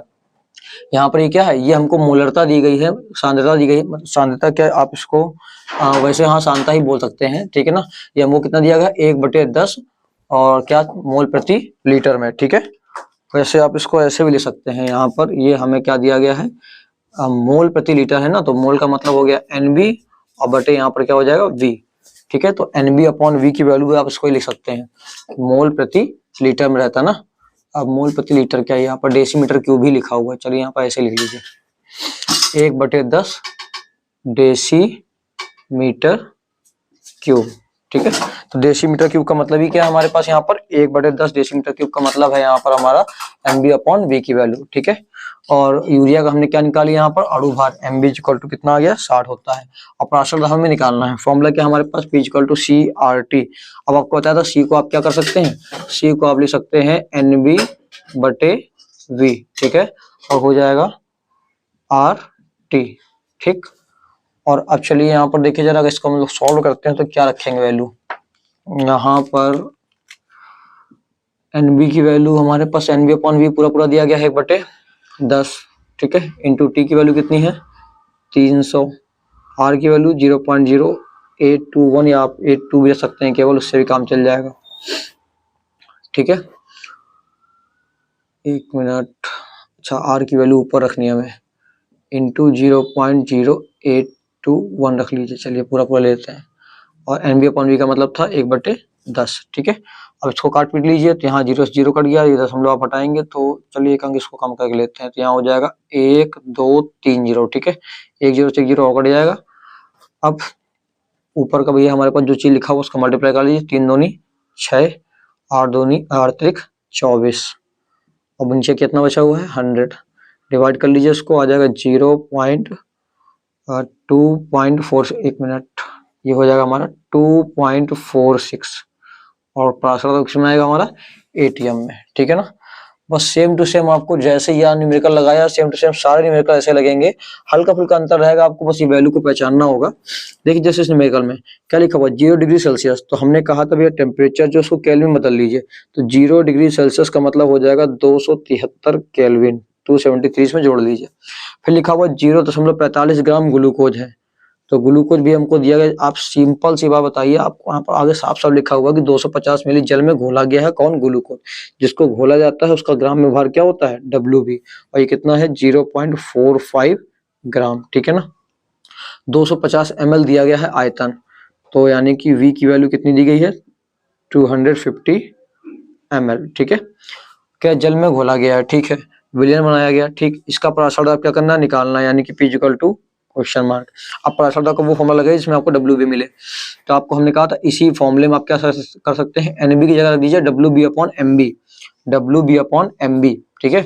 तो फॉर्मूला हमारे पास यहाँ पर क्या बनेगा, फॉर्मूला हमारा बनेगा P इक्वल टू WB/MB, या तो देख लीजिएगा पीछे अभी हम लोग फॉर्मूला लिखा हुआ था, और ऊपर हो जाएगा RT इंटू V, और ये किस में रखना है लीटर में, ठीक है। V हमारा क्या में रहेगा लीटर में, क्यों, क्योंकि हम लोग भैया अगर लीटर हटाते हैं ml में चाहिए तो यहाँ पे क्या करना पड़ेगा, ऊपर हमको 1000 का गुणा करना पड़ेगा, तो ये किस में आ जाएगा ml में, ठीक है। बात क्लियर है। अब यहाँ पे चलिए सॉल्व करते हैं इसको। तो एक समस्या देखिए हमारे पास है कि MB की वैल्यू नहीं है, तो MB तो आपने ग्लूकोज को माना है ना, और ग्लूकोज का कितना होता है 180, ठीक है। चलिए अब इसको सॉल्व कर लेते हैं। तो P इक्वल टू कितना है, WB की वैल्यू हमारे पास कितनी है 0.45, इंटू R की वैल्यू कितनी होती है 0.082 कंफर्म है हमें। T की वैल्यू कितनी है 273 इंटू 1000 अपॉन MB की वैल्यू कितनी आई है 180 इंटू V की वैल्यू 250, ठीक है। अब देखिए हम पॉइंट हटाएंगे तो नीचे कितने 0 1 2 3 बढ़ जाएंगे, तो 1000 से 1000 तो कट गया सीधे सीधे, ठीक। इसके बाद फिर से यहाँ से पॉइंट हटा लीजिए तो आप बढ़ जाएगा नीचे कितने 2 0 और बढ़ जाएंगे, ठीक है। अब यहाँ से जो कट पिट सकता है काट दीजिए, यहाँ से देखिए हम काट सकते हैं 9 दूनी 18, तो मतलब 9 पन्ना 45, 5 बार में कटेगा ये, और ये 9 दूनी 18 20 आ गया। इसको काट लीजिएगा 41 और ये बचेगा 10, ठीक है। इसको काट लीजिए 55 25 50, ये हो जाएगा 5 1 2 3 4, ऊपर केवल क्या बचा है 41 इंटू 273, 273 गुणे 41, और नीचे हमारा बचा हुआ है 5, साथ में 1 2 3 4 0, 1 2 3 4 0, ठीक है। तो आप इसका भाग करके देख लीजिएगा, आपका आंसर कितना आएगा 0.224 ATM, ठीक है।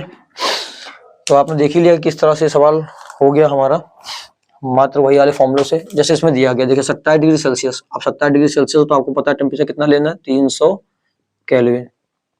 2% यूरिया बोला है, तो 2% बोला तो उसको क्या मान लीजिए 2 ग्राम, और यूरिया क्या होता है विले, तो विले का भार आ गया हमारा 2 ग्राम। यूरिया है तो एमबी आप निकाल ही सकते हैं, यूरिया कितना होता है 60। और कह रहा क्या निकालिए इसका पराशर दाब, यानी कि पी कैलकुलेट कीजिए। ठीक है, फॉर्मूला कौन सा रखेंगे जिसमें हमको डब्ल्यू बी एम बी मिल जाए, तो P equal to W B into क्या रखेंगे R into T upon M B और into V, V in litre. तो एमएल में अगर रखेंगे तो ऊपर क्या करेंगे 1000 का गुणा।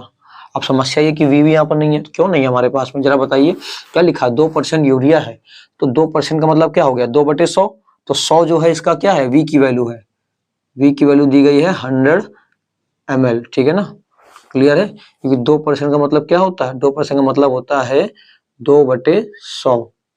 और शायद ये हमने ब्रैकेट में लिखा नहीं है, वैसे ब्रैकेट में इसका ऐसा लिखा होता है W/V, तो W क्या है ऊपर वाली चीज WB, और नीचे वाला क्या है आयतन टोटल कितना है 100, तो 2/100, तो V की वैल्यू जो हमारे पास है कितनी है 100 है। ठीक है, तो अब यहाँ पर रख के क्या करेंगे बस कैलकुलेट कर लीजिएगा, आंसर आ जाएगा आपका। ऐसे यहाँ पर चलिए हम आपको हिंट दे देते हैं, क्या लिखा हुआ है 20 डिग्री सेल्सियस ताप पर। अब देखिए ये जो यहाँ पर हमारे पास सवाल जो ये वाला है, इसमें कहीं पर भी डिग्री सेल्सियस टेम्परेचर कोई लेना देना नहीं होता, पूरा सवाल पढ़ के समझते हैं हम लोग क्या क्या दिया गया है। कह रहे विद्युत अनवघट पदार्थ जो है उसके 10 ग्राम को 100 ग्राम में घोला गया है, तो 10 ग्राम को घोला गया है, डब्ल्यू बी कितना है 10 ग्राम, 100 ग्राम में घोला गया है, डब्ल्यू ए क्या है 100 ग्राम। ठीक है, और कह रहा वाष्प दाब जो है वो इतने से घटकर इतना हो गया, तो पहले जो वाष्प दाब होता है वो किसका होता है शुद्ध वाला, जो दिया गया 17.535, और कह रहा घट के कितना हो गया, घटने वाला क्या हो जाता है विलियन, दूसरा वाला क्या होता है विलियन का, वो कितना दिया गया 17.352 mm। ठीक है, यहाँ पर भी दिया गया है mm, ये आया। अब क्या बोल रहा है, कह रहा है देखिए जल लिखा है ना, तो जल है तो यहाँ पर एक अणु भार हमको पता होगा ma का 18, और दूसरा इसने बात बोली कह रहा विलेय का अणु भार बताओ, विलेय मतलब mb निकालना है आपको, उम्मीद करेंगे पता है क्या करना है आपको। फॉर्मूला क्या लगाएंगे, फॉर्मूला आप यहाँ पर लगाएंगे, सबसे पहला सवाल था याद करिए P not minus P S upon P not is equal to W B into M A upon M B into W A. ठीक है, तो बस इस फॉर्मूले में क्या करिए वैल्यू रखिए और एम बी कैलकुलेट कर लीजिए। पहला सवाल ऐसे हमने किया था। अब देखिए कह रहा किस ताप पर, किस ताप मतलब यहाँ टेम्परेचर साफ कह रहा बताओ ग्लूकोज का, ग्लूकोज मतलब इसमें एम बी निकाल सकते हैं, इसका एम बी कितना है ग्लूकोज का 180, 5%, देखिए लिखा W/V, तो W क्या हो गया इसका WB हो गया ये वाला हमारा, ये कितना है 5 ग्राम। अब 5/100 बनेगा हमारा, ये क्या बनेगा 5/100, तो यानी कि 100 हमारा क्या होगा 100 हमारी होगी V की वैल्यू 100 ml। ठीक है, 7 वायुमंडल का दाब है, यानी कि प्रेशर आपको दिया गया है 7 atm, R की वैल्यू भी दी गई है यहाँ पर साफ साफ 0.0821 लीटर atm पर केल्विन पर मोल, सब कुछ आपको देकर रखा हुआ है। अब पूछ क्या रहा है, क्या बता रहा है कि ताप निकालिए, तो ताप निकाल लेंगे ना, तो मेरे ख्याल से कर ही सकते हैं। इसके आगे क्या होगा फॉर्मूला, फॉर्मूला होगा P equal to W B into R into T upon M B into V, और वी किस में रखेंगे, अगर ml में आपको रखना है तो ऊपर करा दीजिए 1000 का मल्टीप्लाई। ठीक है ना, क्योंकि आपके पास तो ml में ही आया है यहाँ पर, तो टी को उधर रखिएगा, बाकी सबको उधर भेज दीजिएगा और पूरी वैल्यू रख के कैलकुलेट कर लीजिएगा। ठीक है, अगला सवाल देखिए 293 केल्विन पर जल का वाष्प दाब। अब जल क्या शुद्ध होता है अपने आप में, तो पी नॉट की वैल्यू दी गई है, शुद्ध विलायक का वाष्प दाब है ये 17.535। ठीक है, कह रहा है यदि 25 ग्राम ग्लूकोज, यानी डब्ल्यू बी कितना है हमारे पास 25 ग्राम। ठीक है, और कह रहा ग्लूकोज है, तो ग्लूकोज का आपको भार पता होता है कितना होता है 180, 450 ग्राम जल में घोला गया है, तो डब्ल्यू ए कितना है 450 ग्राम। ठीक है, और इसका आपको अनुभार पता ही होता है एम जल का 18, तो कह रहा है 293 केल्विन पर जल का वाष्प दाब पर क्लिक कीजिए। तो जल का वाष्प दाब आप सोचेंगे जल का दिया गया तो जल का निकालना भी है, तो ध्यान दीजिए पहले शुद्ध जल था, अब विलयन बन चुका है वो, तो अब क्या वो किसका पूछ रहा है पीएस का। फॉर्मूला क्या लगाएंगे आप P not minus P S upon P not is equal to WB into MA upon MB into WA। ठीक है, रखिएगा इस पे, और PS का मान यहाँ से आराम से आप निकाल सकते हैं। आंसर हमने सबके यहाँ पर लिख दिए हैं, तो आप कैलकुलेट करके देख लीजिएगा। ठीक है, तो जल्दी इसका स्क्रीनशॉट ले लीजिए आप लोग। उम्मीद करते हैं आप लोगों ने स्क्रीनशॉट ले लिया होगा। चलिए हम लोग देखते हैं अपने टाइप नंबर 3 के सवालों को अब। तो ये हमारे सामने आ चुके हैं टाइप 3 के न्यूमेरिकल। ठीक है, यहाँ पर हमारे पास कौन सा टॉपिक है, देखिए, क्वथनांक में उन्नयन व हिमांक में अवनमन। उम्मीद करेंगे आपने पीछे वाले सारे टॉपिक्स न्यूमेरिकल क्लियर कर लिए हैं, और हम इस टॉपिक को आपको थ्योरी में पढ़ा चुके हैं वन शॉट में। और ये वन शॉट हमारी क्या चल रही है, हमारी वन शॉट न्यूमेरिकल क्लास चल रही है। ये हमारे लास्ट टॉपिक के न्यूमेरिकल है। यहाँ पर हम 3 न्यूमेरिकल आपको सिखाएंगे, बस करने का तरीका सीखिए। यहाँ पर देखिए वैल्यू को पकड़ना सीखिए, ठीक है ना, कि मतलब क्या लिखा हुआ है और फॉर्मूला आपको याद होना चाहिए। सारे न्यूमेरिकल बहुत ही आराम से आप कर लेंगे, ठीक है ना। अब देखिए यहाँ पर इनके फॉर्मूले लिखे हुए जो हम आपको पहले ही बता चुके हैं। क्या है, delta TB is equal to TB2 minus TB1। अच्छे समझाया हुआ थ्योरी वहां पर याद कर लीजिएगा, जाके वहां से समझ लीजिएगा। और फिर इसका दूसरा फॉर्मूला क्या होता है, डेल्टा TB बराबर KB into WB into 1000 upon MB into WA। ठीक है, इन सबके मतलब यहाँ पर नीचे लिखे हुए हैं। देखिए डेल्टा TB होता है क्वथनांक में उन्नयन, ठीक है, और TB2 और TB1 क्या है, 1 होता है विलायक का क्वथनांक और TB2 होता है विलयन का क्वथनांक। ठीक है, KB है यहाँ पर मोलल उन्नयन स्थिरांक, WB का मतलब होता है विलय का भार, MB का मतलब होता है विलय का अणु भार, और WA का मतलब होता है विलायक का भार। ठीक है ना, यहाँ A और B क्या है, A है विलायक, B है विलय। ठीक है, delta TF is equal to TF1 minus TF2। देखिए इसमें और इसमें बस इतना फर्क है कि इसमें 2 - 1 है और इसमें 1 - 2 है। ये अच्छे से ध्यान रखिएगा, ठीक है। अब यहाँ पर देखिए इसका फॉर्मूला नया हमारे पास क्या सेम टू सेम है, ठीक है, जो यहाँ लिखा वही यहाँ लिखा हुआ, जब बस जहाँ जहाँ B था वहाँ वहाँ F कर दिया गया। F मतलब क्या होता है, फ्रीजिंग, ठीक है ना। तो डेल्टा TF का मतलब क्या होगा, हिमांक में अवनमन यानी हिमांक में कमी, ठीक है। और TF1 TF2 समझ गया होंगे आप, ये होगा विलायक का हिमांक, पहला वाला जो होता है विलायक का होता है, दूसरा वाला विलयन का। तो विलायक का हिमांक और विलयन का हिमांक, ठीक है। और यहाँ पर भी सारी वही चीजें हैं, बस वहां पर KB था मोलल उन्नयन स्थिरांक, यहाँ KF है मोलल अवनमन स्थिरांक, ठीक है। अब देखिए यहाँ पर इन सब चीजों को मतलब लिखे हुए हैं जो हमने आपको यहाँ पर समझा दिए हैं। अब हम लोग पहला न्यूमेरिकल में समझते हैं कि न्यूमेरिकल में हमारा क्या बोल रहा है। देखिए क्वेश्चन कह रहा है कि 12 ग्राम ग्लूकोज आपको दिया गया है, क्या दिया गया है, 12 ग्राम ग्लूकोज और 100 ग्राम जल है। अब आप यहीं से देख के बता देंगे कि क्या और कौन सी चीज क्या चीज है ना, मतलब कि समझ में आ रहा है ना कि कौन विलय है कौन विलायक है, बहुत आसानी से आप बता सकते हैं। नहीं समझ में आया तो आगे पढ़ के देख लीजिए। कह रहा जल में घोलने पर, मतलब 100 ग्राम जल में घोला गया है 12 ग्राम ग्लूकोज को, तो जिसको घोला जाता है वो विलय होता है, जिसमें घोला जाता है वो विलायक होता है। तो विलय मतलब बी का काम कौन कर रहा है, हमारा ग्लूकोज, फॉर्मूला होता है C6H12O6, ठीक है। और A यानी विलायक, इसका काम कौन कर रहा है, इसका काम कर रहा है जल यानी कि H2O, ठीक है ना। अब देखिए हमें 2 वजन दिए गए ग्राम में, एक 12 ग्राम एक 100 ग्राम। तो हम ग्राम मतलब क्या होता है, भार मतलब W, तो एक बार हम लिख ले रहे हैं कितना 12 ग्राम और एक बार लिख ले रहे हैं 100 ग्राम, ठीक है। अब हमें छांटना कौन विलय कौन विलायक है, तो 12 ग्राम वाला ग्लूकोज का है और ग्लूकोज को हमने क्या माना B, तो ये दिया गया है WB, तो ये क्या होगा WA। क्लियर, उम्मीद करेंगे बात समझ आ गई होगी। अच्छा देखिए इनमें कोई फॉर्मूला हो हमें MB जरूर निकालना पड़ेगा, तो यहाँ पर लगे हैं तो MB निकाल लीजिए, ठीक है। न्यूमेरिकल के स्टार्टिंग में ही हमने आपको इसी वीडियो में सबसे पहले स्टार्टिंग में ही आपको यहाँ पर अणुभार निकालने सिखाए हुए हैं सबके, और हमने कहा 15 याद कर लीजिए, लगभग यही आता है। देखिए ग्लूकोज यहाँ पर लिखा हुआ है तो ग्लूकोज का वहां पर दिया गया है, कितना होता है 180 180, ठीक है। उम्मीद करें बात समझ में आ गई होगी।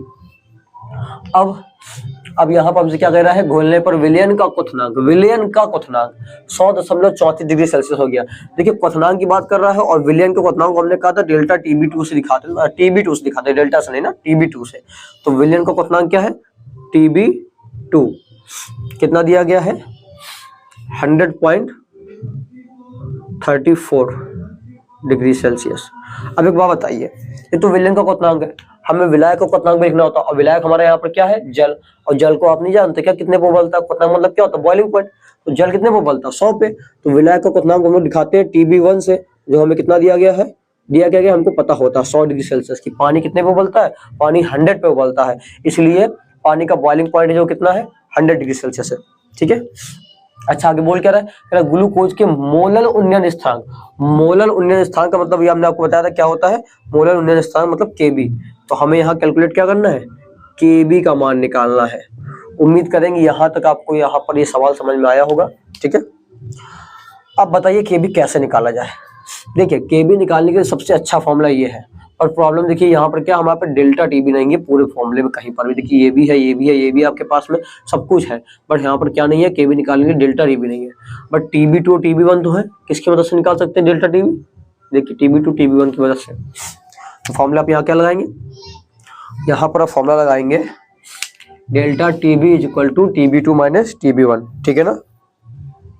चलिए लगाते हैं फॉर्मूला। तो फॉर्मूला लगाएंगे हम लोग, डेल्टा टीबी हमें निकालना है, कैसा निकालेंगे, टीबी टू में टीबी वन को घटाकर। अब बताइए टीबी टू कितना था, 100.34 डिग्री सेल्सियस था, और माइनस टीबी वन कितना है 100 इज इक्वल टू, प्लस कर देंगे कितना आएगा 0.34 डिग्री सेल्सियस। उम्मीद करेंगे समझ में आएगा डेल्टा टीबी कहाँ से निकाला। अब क्या करना है, अब सब कुछ हमारे सामने है, फॉर्मूला रखिए। तो फॉर्मूला आप क्या जानते हैं, डेल्टा टीबी इक्वल टू जो होता है वो होता है K B into W B into 1000 upon में M B into W A in gram, ठीक है। अब हर एक चीज की वैल्यू आपके पास है, बताइए डेल्टा टीबी की वैल्यू कितनी थी 0.34 रख लिया। के बी हमें निकालना है, डब्ल्यू बी कितना है 12 gram into 1000 upon M B की वैल्यू 180 इंटू डब्ल्यू ए की वैल्यू 100 ग्राम, ठीक है। आपको बता चुके पेपर में काट के नहीं दिखाया जाता, हम यहाँ पर केवल आपको समझाने के लिए काटते हैं, यह ध्यान रखिएगा, ठीक है। 1230 से 1230 बैरो काट चलेगा, मतलब कट गया, ठीक है। अच्छा यहाँ बताइए 6 दूनी 12, 6 त्रिक 18, ठीक है। अब बताइए यहाँ ये कटेगा क्या, चलिए हम इधर उधर कर लेते हैं। के बी को धीरे रखिए, बाकी सबको इधर ले आइए। तो 0.34 के बटे में कितना आ जाएगा, मतलब गुणे में चला जाएगा 3 अपॉन में आ जाएगा 2 से उसको डिवाइड कर दीजिए तो कितना आएगा, के बी इक्वल टू यहाँ बचेगा 0.17 इंटू 3। तो के बी इक्वल टू कितना आ गया 17×51, यानी कि 5.1 नहीं सही है 51 ही आएगा, 0.51 डिग्री सेल्सियस प्रति मोलल। क्लियर, उम्मीद करेंगे सवाल आपको समझ में नहीं मतलब आ गया होगा, ठीक है, मुंह से नहीं निकल गया, सवाल आपको समझ में आ गया होगा। कोई दिक्कत अगर कर रही हो आपको तो क्या करिए, एक बार फिर से रिवाइंड करके देख लीजिए, ठीक है। फिर हम लोग नेक्स्ट सवाल की ओर बढ़ते हैं, जल्दी से इसका स्क्रीनशॉट ले लीजिए आप लोग। उम्मीद करते हैं आप लोगों ने स्क्रीनशॉट ले लिया होगा। चलिए हम लोग देखते हैं अगला क्वेश्चन अपना। तो ये है हमारे सामने क्वेश्चन नंबर 2, ठीक है। हमने आपको बोला मुश्किल से आपको 3 सवाल लगाने केवल बस, ठीक है ना। इससे रिलेटेड जितने अलग से अलग बन सकते हैं, एक हमने आपको समझा दिया, दूसरा देखिए कह रहा है चीनी का जल में बना 5% भारानुसार, ठीक है। क्या लिखा हुआ 5% भारानुसार। यहाँ पर हमने आपको एक बात समझाई हुई थी, याद करिए। 5% का मतलब हमारा क्या हो जाएगा, 5% का मतलब हो जाएगा हमारा 5/100। और हमने एक बात आपको बताई थी कि जो ऊपर लिखा होता है वो होता है विलय का, नीचे होगा विलायक, मतलब नीचे का नीचे टोटल होता है, ठीक है। तो बचा हुआ विलायक का हो जाएगा। तो 100 में से 5 अगर डब्ल्यू बी है विलय, तो डब्ल्यू ए कितना होगा, डब्ल्यू ए होगा 95, ठीक है। ये टोटल डब्ल्यू होता है, नीचे वाला क्या होता है टोटल डब्ल्यू, ठीक।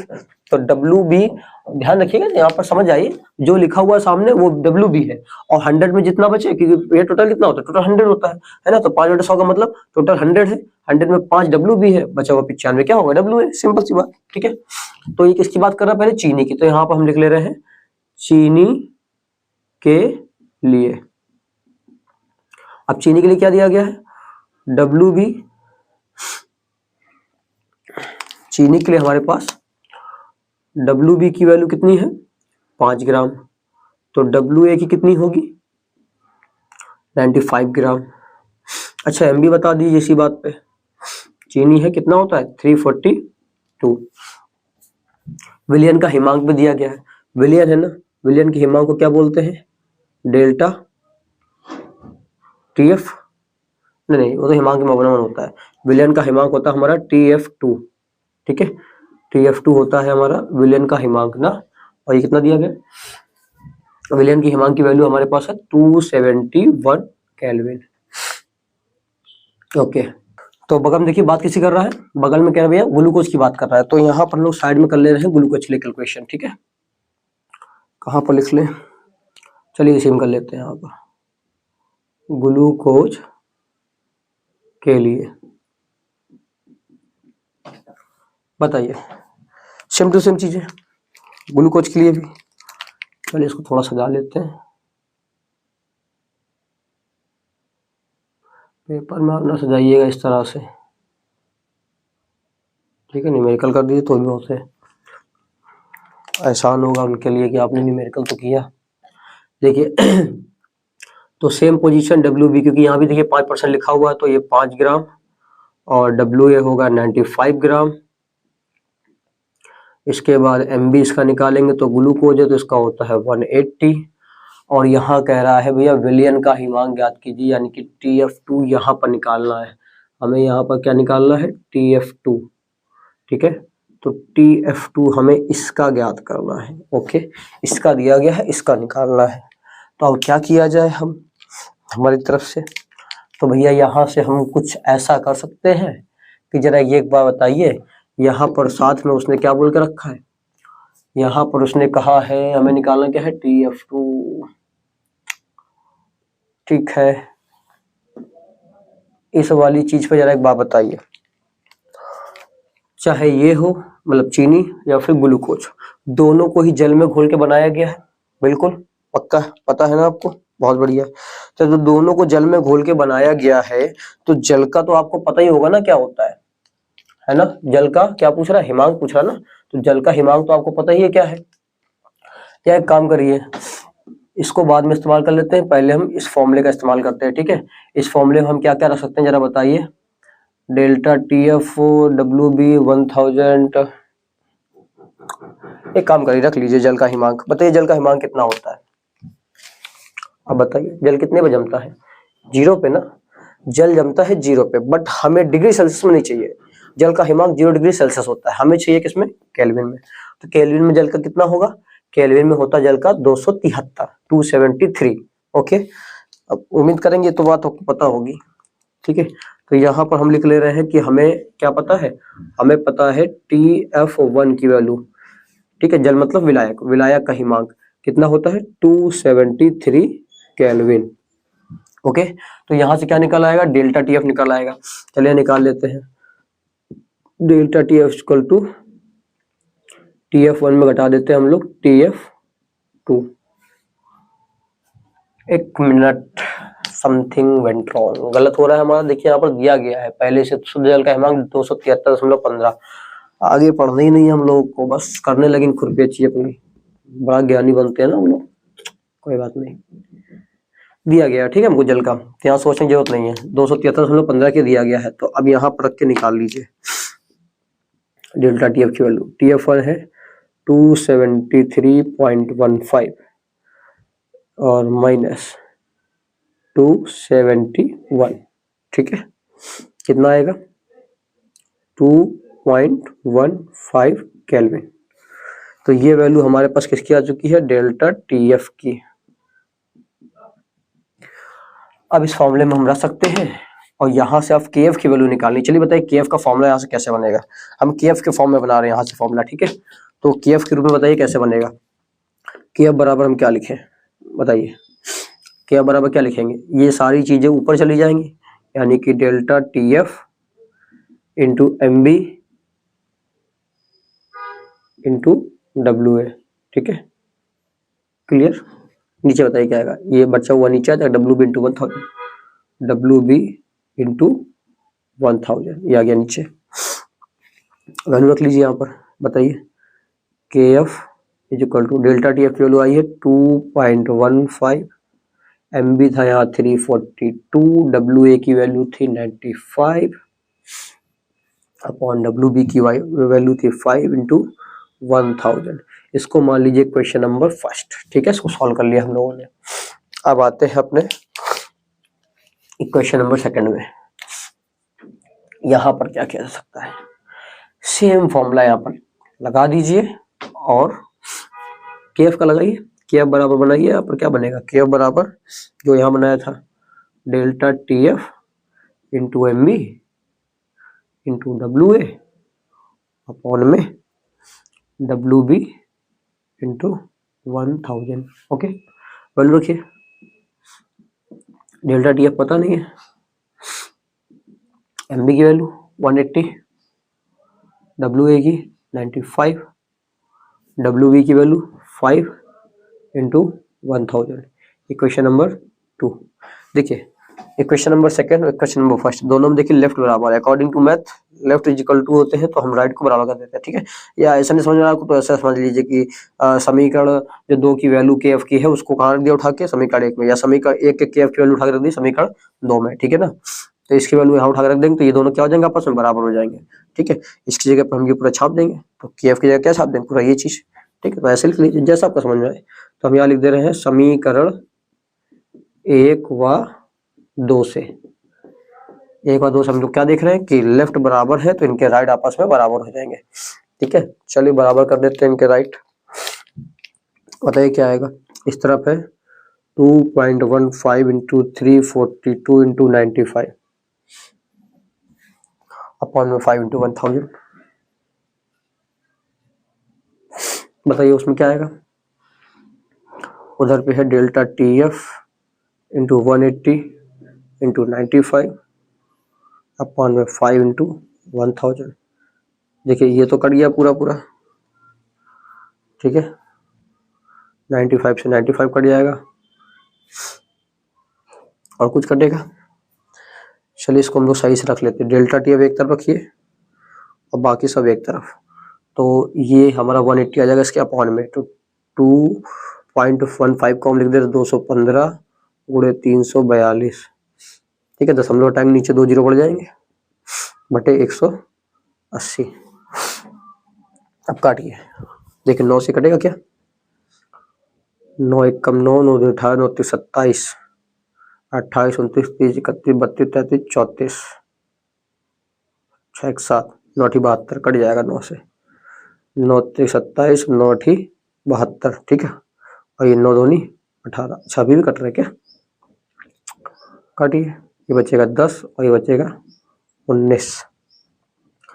अब 19 गुणे 15 करके 1000 से भाग दे देते हैं, ठीक है।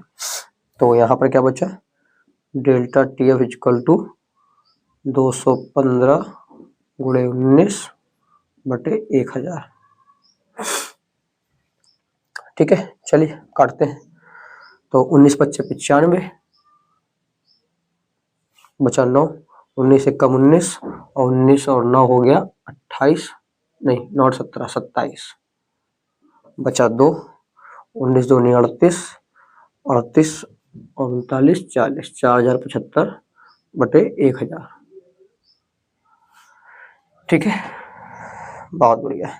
एक बार फिर से कर लीजिए। 19 25 95, 19 एक कम 19 और 19 और 9, अच्छा हाँ सही है 28 आएगा, 8 आएगा यहाँ पर, ठीक है ना। बाकी हमारा सही है।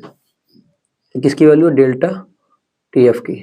डिवाइड कर लीजिए, delta TF is equal to आ जाएगा 4.085, ठीक। ये किस में आया है, केल्विन में।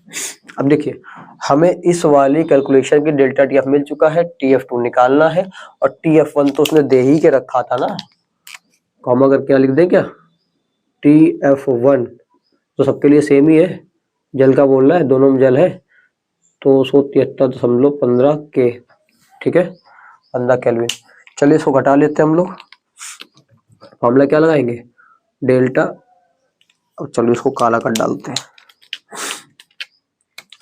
Delta TF is equal to TF1 minus TF2।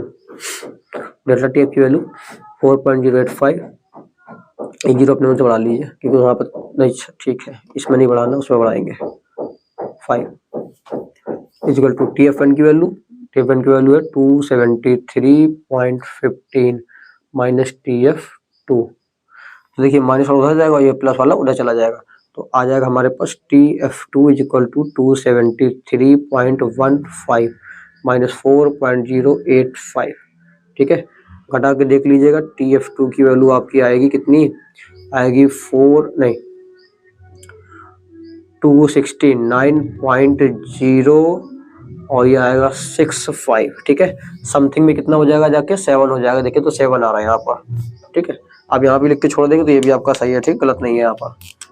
तो ये आपका हो गया आंसर। उम्मीद करेंगे न्यूमेरिकल आपको समझ में आया होगा। नहीं समझ में आया तो एक बार फिर से रिवाइंड करके देख लीजिए, बहुत आसानी से आ जाएगा आपको। ठीक है, स्क्रीनशॉट ले लीजिए इसका। हम लोग आज का आखिरी न्यूमेरिकल देखते हैं इस चैप्टर का। उम्मीद करेंगे आप लोगों ने स्क्रीनशॉट ले लिया होगा। चले देखते हैं हम लोग लास्ट। तो बच्चों ये हमारे सामने आ चुका क्वेश्चन नंबर 3। यदि आपको पीछे बैकग्राउंड में नॉइस आ रही हो तो थोड़ा सा एडजस्ट कर लीजिए। ठीक है, आज साउंड बज रहा है यहाँ पर, मोहल्ले में कोई प्रोग्राम हो रहा है। ठीक है, तो चलिए हम लोग जितना हो सकता हम कोशिश करते हैं आपको तेजी से बोले। ठीक है, देखिए ये क्वेश्चन जो है थोड़ा सा अलग है, इसी से रिलेटेड बट थोड़ा सा अलग है कि ना, एक जलीय विलयन जिसमें 12.48 ग्राम बेरियम क्लोराइड है 1 किलोग्राम जल में ये घुला हुआ है और 373.0832 केल्विन पर ये उबलता है यदि हम इसको डाल देते हैं पानी में। ठीक है ना, कह रहा बेरियम क्लोराइड के वियोजन की मात्रा की गणना कीजिए। वियोजन मतलब ब्रेक होना, ठीक है ना, टूटना। और के भी हमें दिया गया है, BnCl2 का आणविक द्रव्यमान दिया गया। ठीक है, अब यहाँ पर क्वेश्चन को पढ़ लिया, आप चीजों को मतलब समझ से जरा देखिए। यहाँ पर जब हम बेरियम क्लोराइड के वियोजन की मात्रा की बात करें, वियोजन की मात्रा होती है अल्फा। क्या होती है? अल्फा। तो अल्फा को हम कहते हैं वियोजन की मात्रा।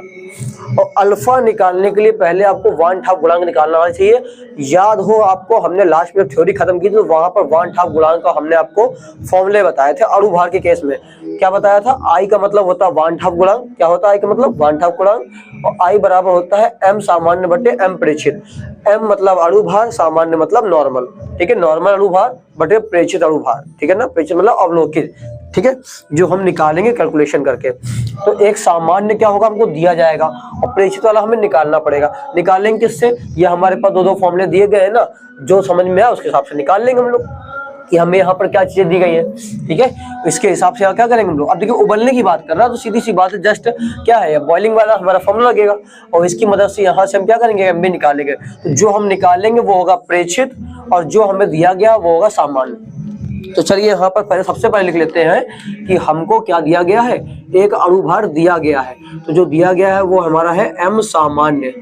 क्या दिया गया चलिए बताइए। देखिए यहाँ दिया गया आणविक द्रव्यमान ना, इसी को बोलते हैं अणु भार, 208.34 ग्राम पर मोल। ठीक है, और एक हमें क्या करना पड़ेगा, निकालेंगे। जब दोनों को निकाल लेंगे तो बटे में रख देंगे दूसरे के, तो 1/2 गुणांक आई आ जाएगा। और आई आ गया तो फिर वियोजन की मात्रा निकालना आसान है। कैसे निकालना है उसको भी समझाते हैं आपको। पहले हम लोग इसको सॉल्व करते हैं। ठीक है, आई का मान पहले निकालते हैं हम लोग। तो ये हमें एक चीज दिया गया है। अब चलिए दूसरी चीजों की बात करते हैं हम लोग। ठीक है, यहाँ पर हमें निकालना क्या है, यहाँ हमें निकालना है m प्रेक्षित। अब दिया क्या क्या गया है, जलीय विलयन में 12.8 ग्राम बेरियम क्लोराइड है। तो ये तो WB हो गया। क्या हो गया? WB 12.48 ग्राम। ठीक है, और कह रहा है 1 किलोग्राम जल है, यानी विलायक WA कितना है, 1 किलोग्राम। 1 किलोग्राम का मतलब 1000 ग्राम, क्योंकि हमें ग्राम में रखना होता है ना, लिखा है इन ग्राम, तो 1000 ग्राम। ठीक है, KB दिया गया है। KB कितना है? 0.52 केल्विन किलोग्राम पर मोल। ठीक है, ओके। KB हमारे पास है। ठीक है, WB हमारे पास है। ठीक है, MB हमारे पास है। ठीक है, WA भी हमारे पास है। ठीक है, MB निकालना है। ठीक है, MB निकालना है। MB मतलब प्रेक्षित वाला। डेल्टा TB नहीं है। अब डेल्टा TB कैसे निकालेंगे, TB2 माइनस TB1। तो कुछ तो दिया होगा ना यहाँ पर, बिल्कुल।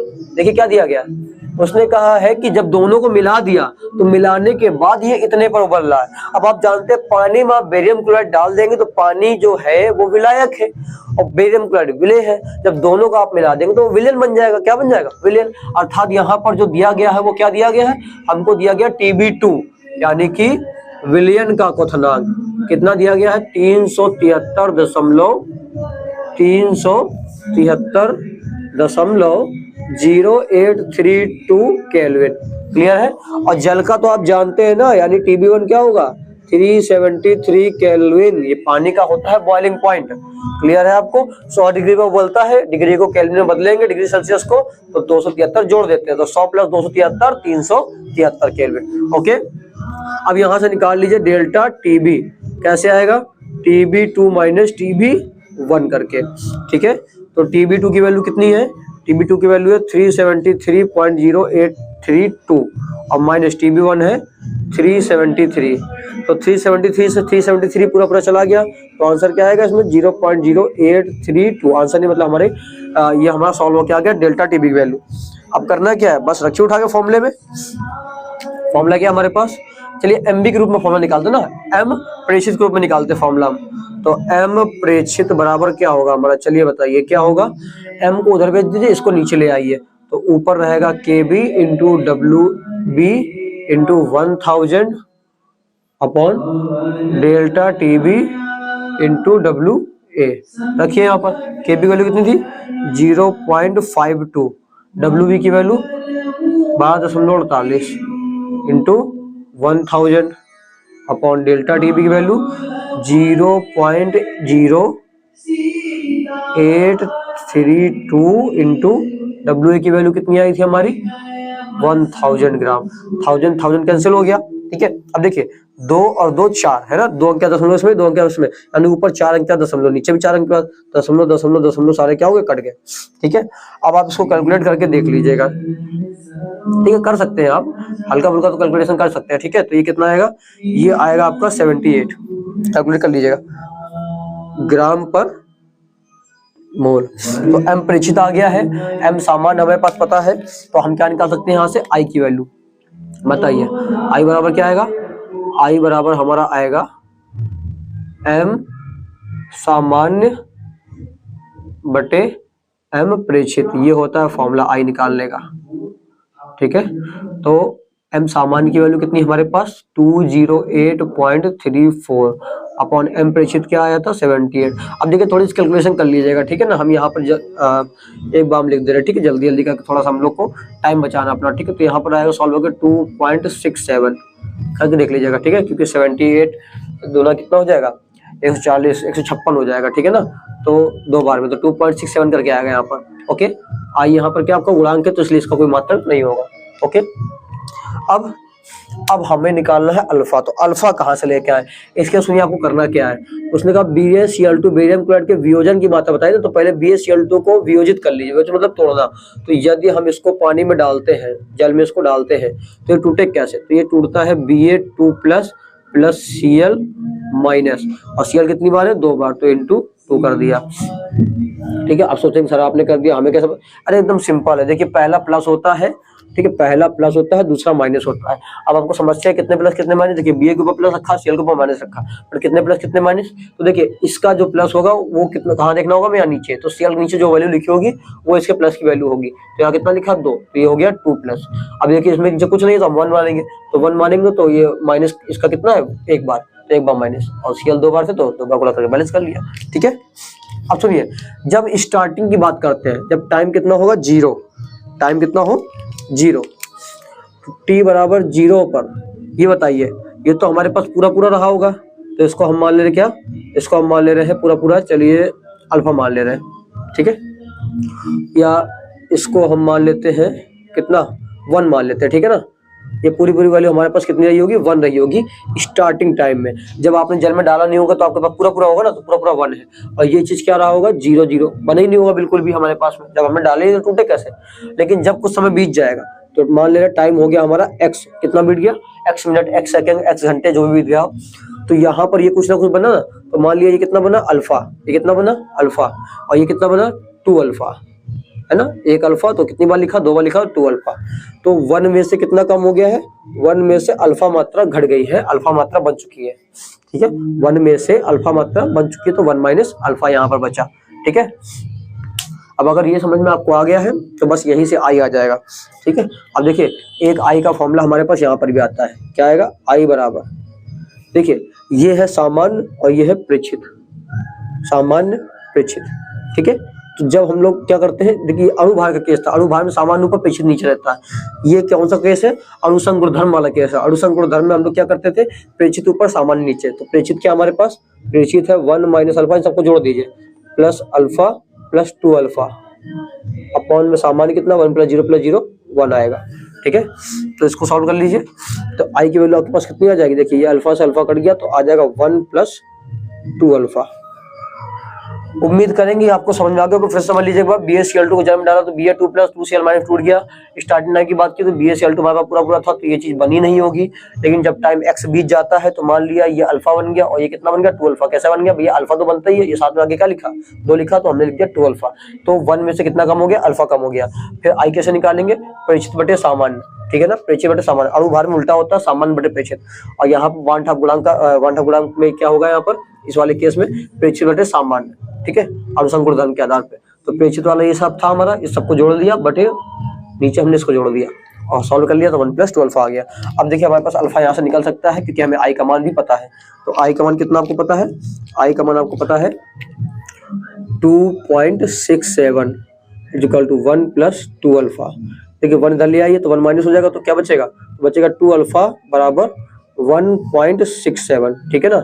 अब आप करना है 2 से डिवाइड कर दीजिए तो अल्फा इक्वल टू आ जाएगा 1.67/2, ठीक है। देखिए इसको सॉल्व करेंगे तो आपके पास आएगा सॉल्व होके, ये आएगा आपके पास 0.835 करके देख लीजिएगा। अब हमें अगर आपको देखिए ऐसी चाहिए तो इतनी में आंसर खत्म हो जाएगा। यहाँ पर ये भी आपका आंसर सही है, पर परसेंटेज में चाहिए, बुक में आपके परसेंटेज में दिया गया है। तो आप करेंगे इसमें 100 का मल्टीप्लाई करा दीजिए 0.835 × 100, ठीक है।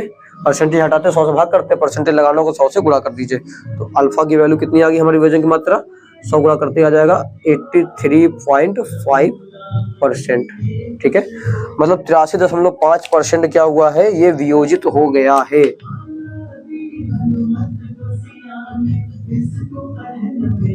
ओके, तो ये हो गया आपका ये वाला न्यूमेरिकल भी। अब हमने लगभग आपको हर टाइप के न्यूमेरिकल बता दिए हैं, ठीक है। और ये हमारी लास्ट क्लास थी, हमने सारे टाइप के न्यूमेरिकल आपको पढ़ा दिए हैं। और ये 1 शॉट पूरी वीडियो, आप इसको अच्छे से देख लीजिए। बस इतने न्यूमेरिकल तैयार करके जाइए आप, आपको और अलग से न्यूमेरिकल पढ़ने की जरूरत नहीं पड़ेगी। बस प्रैक्टिस करिए इन सबके नाम, मतलब सबको याद, क्योंकि हमने चैप्टर में ही बताया है आपको, न्यूमेरिकल में भी हमने बार बार आपको लिख के बताया है। तो उम्मीद करेंगे आप अच्छे से तैयार करके ही जाएंगे। और आपके पास में जितने भी ऐसे बच्चे हो जिनको कोचिंग नहीं पढ़ पाए हैं या फिर मान लीजिए तैयारी बिल्कुल नहीं है केमिस्ट्री की, उनको ये वीडियो प्रोवाइड कराइए 1 शॉट वाली। हम सारा का सारा पूरा सिलेबस पूरा प्रयास करेंगे, पेपर से पहले आपका पूरा सिलेबस 1 शॉट में हम लोग आपको यहाँ पर प्रोवाइड करा दें, ठीक है ना। तो आपको क्या करना है, बस वीडियो को शेयर करते रहना है और ज्यादा से ज्यादा शेयर ही करना है, ठीक है ना। आप एक काम करिए, आप इसका स्क्रीनशॉट ले लीजिए। उम्मीद करेंगे आप लोगों ने स्क्रीनशॉट ले लिया होगा। तो अगर आपको वीडियो पसंद आई हो तो जल्द ज्यादा से ज्यादा क्या करना है, वीडियो को शेयर करना है, लाइक करना है। हाँ एक चीज और, ये देखिए ये चैप्टर खत्म हो गया है, इस चीज की पूरी PDF आपको टेलीग्राम लिंक में मिल जाएगा। टेलीग्राम चैनल ज्वाइन कर लीजिए, नीचे डिस्क्रिप्शन बॉक्स में दिया गया है लिंक उसका, ठीक है ना। और जितना भी मान लो आप लिख नहीं रहे हो तो आपको बिल्कुल पूरा जैसे हमने यहाँ पर दिया है वैसे बिल्कुल उसका PDF बनाया हुआ है, ठीक है। तो PDF से भी आप तैयार कर सकते हैं। तो PDF आपको टेलीग्राम लिंक में मिल जाएगा, टेलीग्राम चैनल में जाके हमारा वहां से ज्वाइन कर लीजिए। और ऐसी वीडियो के लिए बने रहिए हमारे साथ में, मिलते हैं आपसे नेक्स्ट वीडियो में।